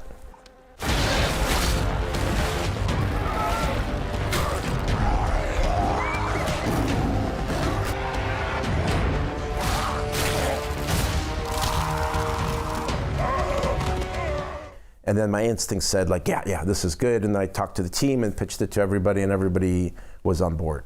Amazing. Now, what sort of challenges come with bringing a character back from death? Are there any new opportunities as well? Yeah, it was basically it's all fresh, right? And what's exciting, because it's the 3rd season, if you're watching the show, you've seen the first 2 seasons and you're already attached to it, right? You like the characters. And now we have the situation where you can really cheer for the character because he's reborn, but he doesn't know who he is, right? So now there's this journey of the audience cheering and hoping that he's going to become the person that they love. Yeah. Now at CCXP this last year, you stated that there were some scrapped ideas for an anthology series. You just mentioned it as well in this interview. Can you tell us a little bit about what those look like? Yeah, I mean, I think one of the ones I wanted to play around with creation. Right, so it would be like this alien world, and there's this orange furry woman that's born, or female like that's born, and then she meets a blue male, and they're created in this kind of, you know, crazy world, and they have to find a way to mate and be together and survive, right? And the world was all imaginary or fantasy, and with all these different creatures and everything, and it felt like different than Primal, but at the same time, it was like, okay, what horrors do they face now?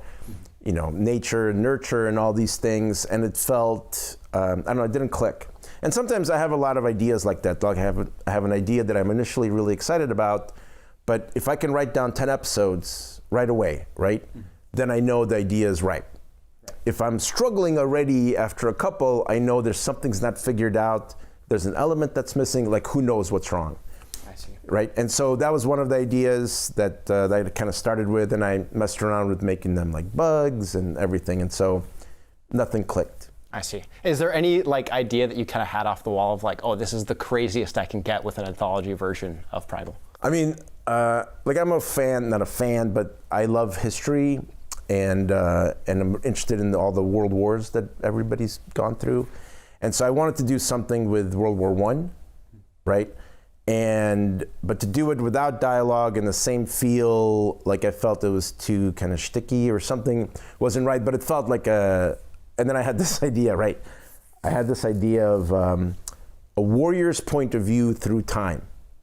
Like, so you start with a Roman soldier, and that becomes a World War I soldier, and that becomes a future soldier, and it's all the same guy through time and all the different aspects of war. Maybe at one he's a coward, at one he's a hero, right? And it was a really big idea, and I just don't know what it had to do with with Primal and all of that, but so that was another one. Amazing. Now, will we be returning to this world as an anthology at some point in the future?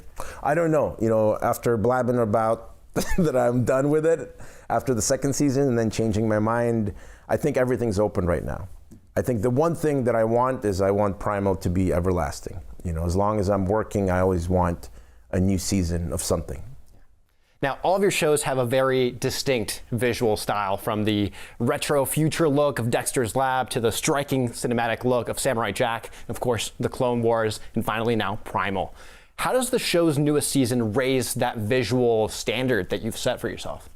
I mean, we're always pushing, color and mood and stuff, and I think it's in line for what we've done in the first two seasons. It's more definitely nature-based, opposed to the second season where we had more man-made things, right? And so I think it follows that. What really gets amped up in the third season, I think, is the emotional stakes. I think they're even bigger than anything that we've done. And like kind of what I was saying earlier, because you're invested already in the character, there's a stress and anxiety right at the beginning, and that's the feedback I've been getting back from people that watch it, and that's great, because that's the dream, is to have the people care for your characters, So I think otherwise visually it's the third season, so we're kind of doing a similar thing, but yeah. Amazing. Now, this is IGN Fan Fest, so of course we ask the IGN audience to submit their own question. This one comes from X Simon Says. He asks, how long does each episode take to make?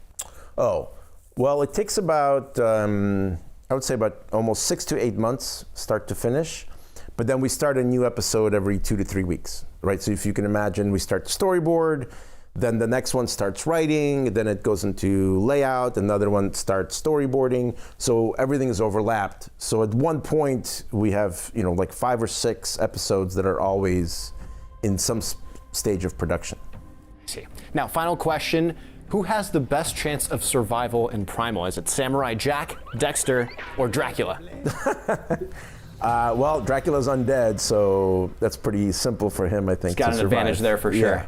Miss me. Okay, you win. Hold this bacon. Why am I holding bacon? Ah! All right, well, there you have it. Gendy, thank you so much for hanging out with us. You can check out new episodes of Primal on Adult Swim and HBO Max right now. And for everything else gaming, entertainment, and FanFest, stick with IGN. Thank you. IGN Fan Fest is presented by HyperX and Neverness to Everness.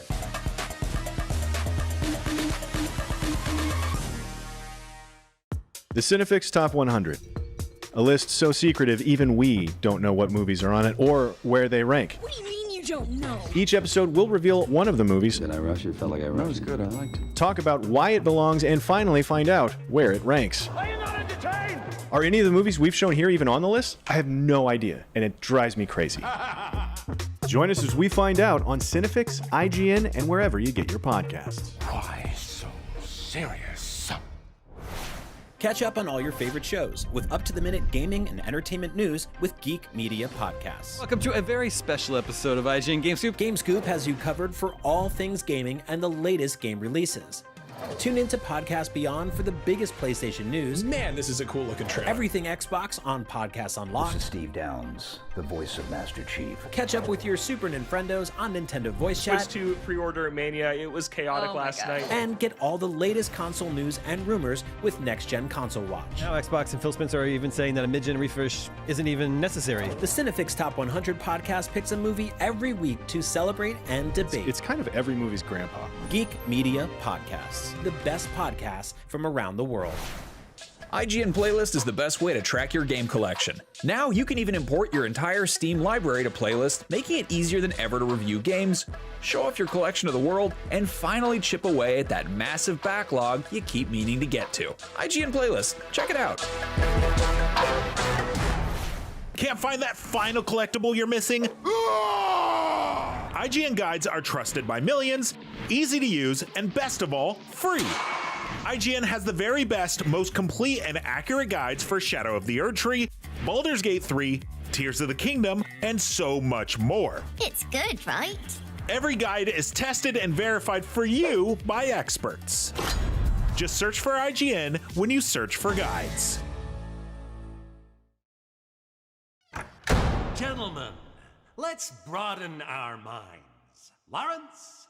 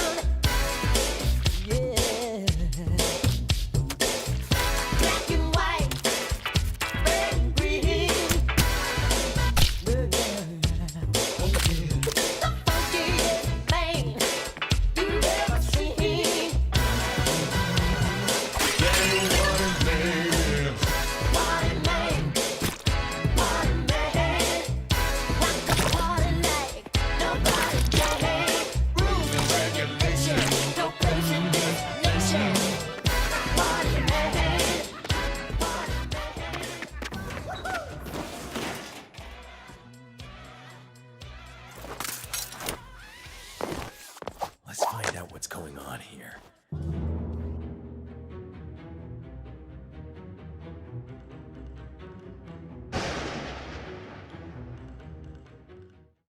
I'm trying to remember which ones we've revealed. I think my favourite is one we haven't yet revealed. Feel free to reveal it, but I'm going to reveal it.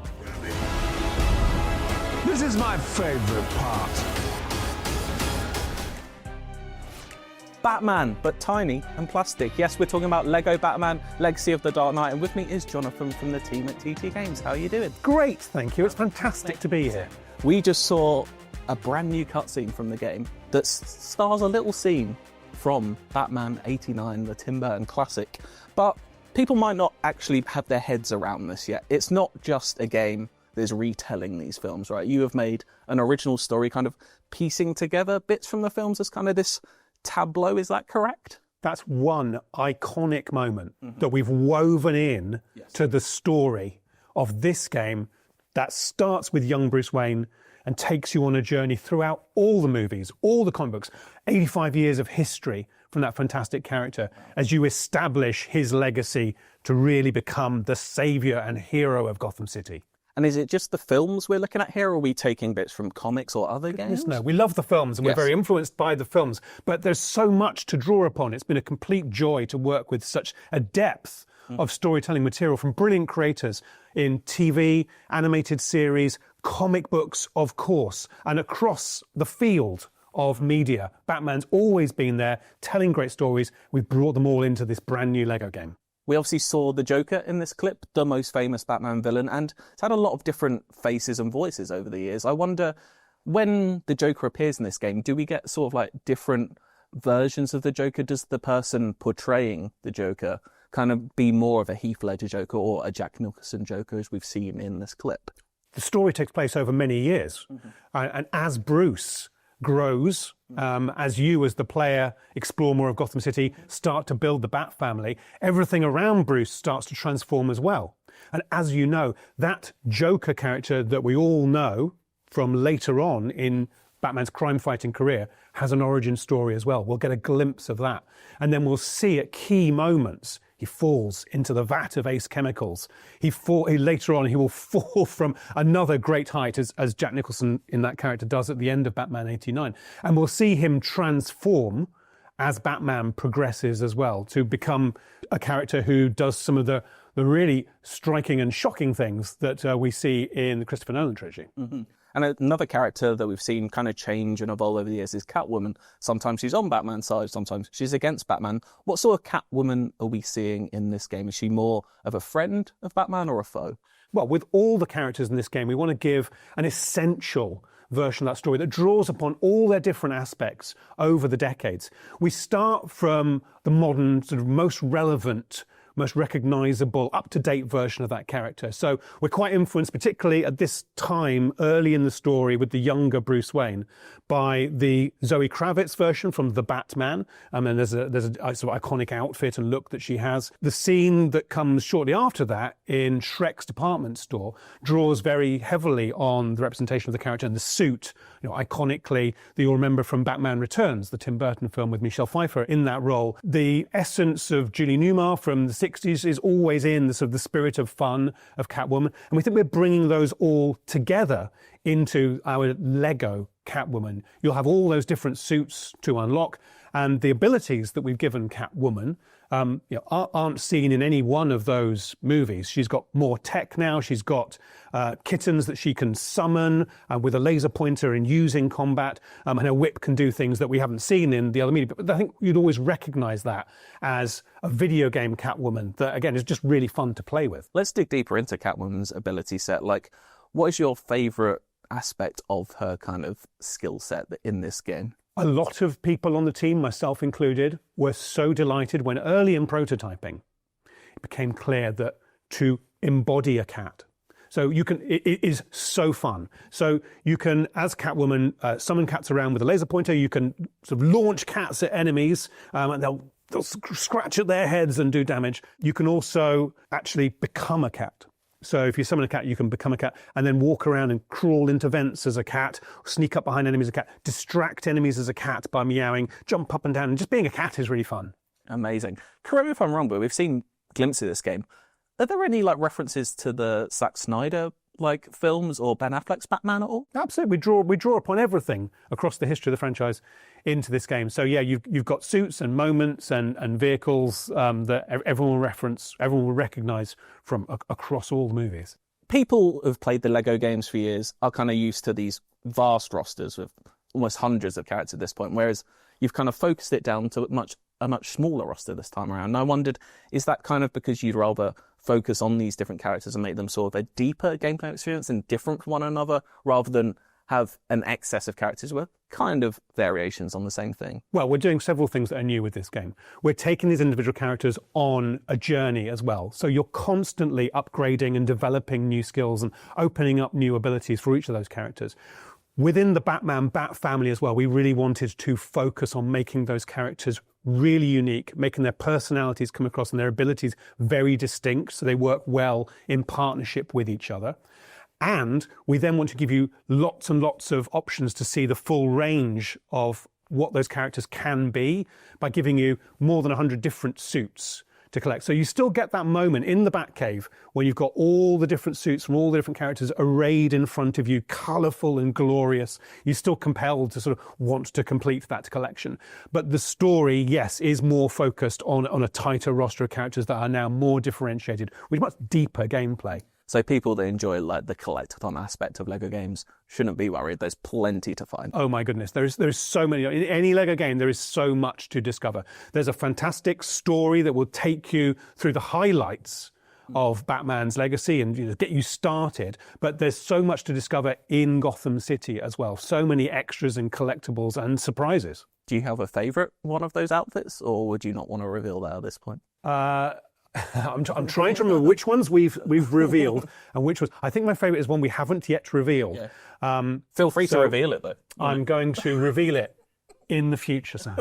This game we're saying it's obviously, reverential to the old Lego games, but also kind of looking to the Rocksteady Arkham games, maybe in its combat. I think that's fair to say. And I wondered, kind of by trying to find the middle ground, has that been a tricky balance in maybe trying to please two audiences? Are you wary of maybe not pleasing either? Well, on the contrary, what we find with all our Lego games is that the more we can draw upon, the more different aspects of a character, the more wide we can make our gameplay, the more appealing it is to us as players and to younger players and older players. There's something about Lego, that just translates well for everybody. So the more we can put into that, we don't find that it misses the mark for anyone at all. It just brings more to the party. So for this game, wanting to make a essential, really cool Batman combat experience, of course we honour and we look to and we draw upon the amazing work that the team at Rocksteady did, the definitive work that Rocksteady did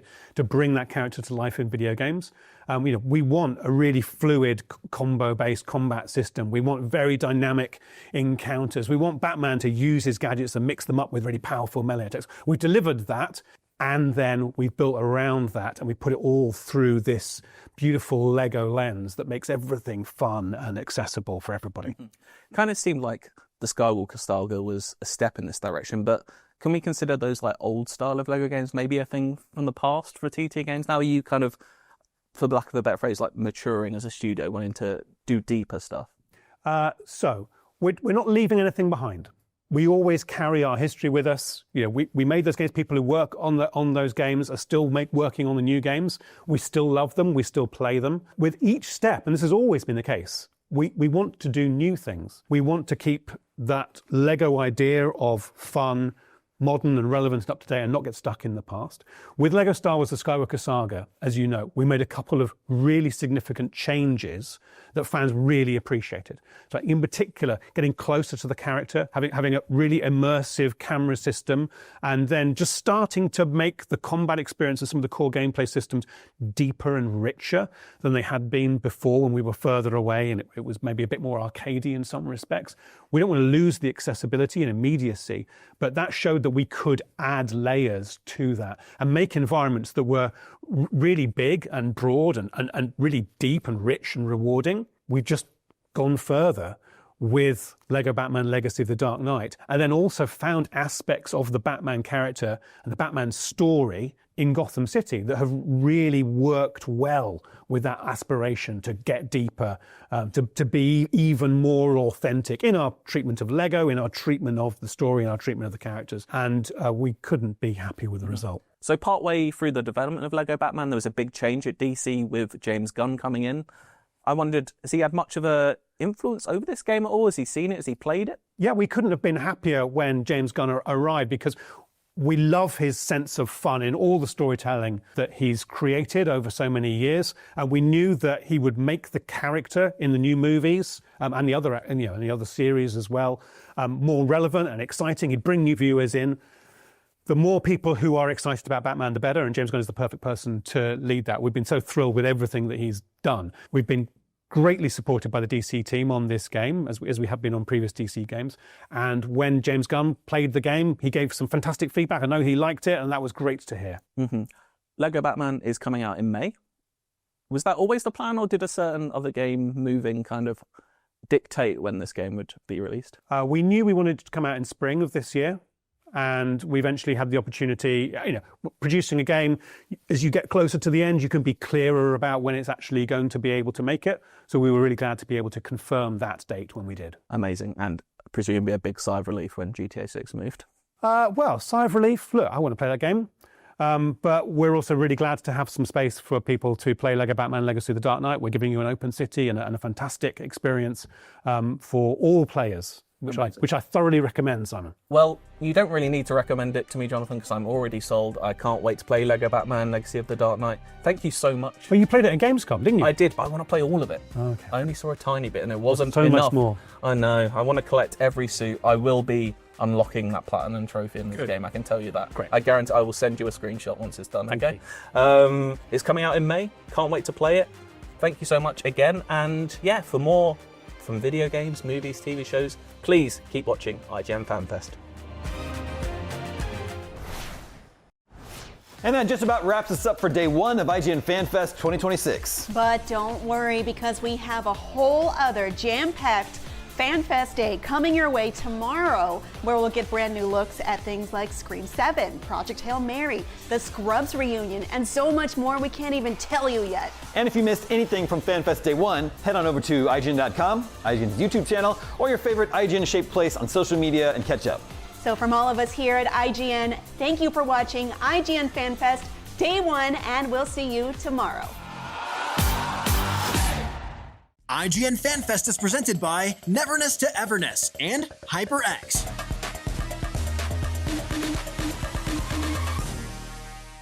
Hey you! Looking for a way to wear your fandom with pride? The IGN store is the ultimate destination for awesome merch and collectibles from the biggest games, movies, shows, and everything in between. Cruise the wasteland in style with a Vault Dweller hoodie and replica Pip-Boy. Whatever you're into, you're bound to find something. See for yourself and head to store.ign.com today. IGN Playlist is the best way to track your game collection. Now you can even import your entire Steam library to Playlist, making it easier than ever to review games, show off your collection of the world, and finally chip away at that massive backlog you keep meaning to get to. IGN Playlist, check it out. Catch up on all your favorite shows with up-to-the-minute gaming and entertainment news with Geek Media Podcasts. Welcome to a very special episode of IGN Game Scoop. Game Scoop has you covered for all things gaming and the latest game releases. Tune into Podcast Beyond for the biggest PlayStation news. Man, this is a cool looking trailer. Everything Xbox on Podcasts Unlocked. This is Steve Downes, the voice of Master Chief. Catch up with your Super Nintendos on Nintendo Voice Chat. Switch to pre-order Mania. It was chaotic last night. And get all the latest console news and rumors with Next Gen Console Watch. Now Xbox and Phil Spencer are even saying that a mid-gen refresh isn't even necessary. The Cinefix Top 100 podcast picks a movie every week to celebrate and debate. It's kind of every movie's grandpa. Geek Media Podcasts, the best podcasts from around the world. The Cinefix Top 100.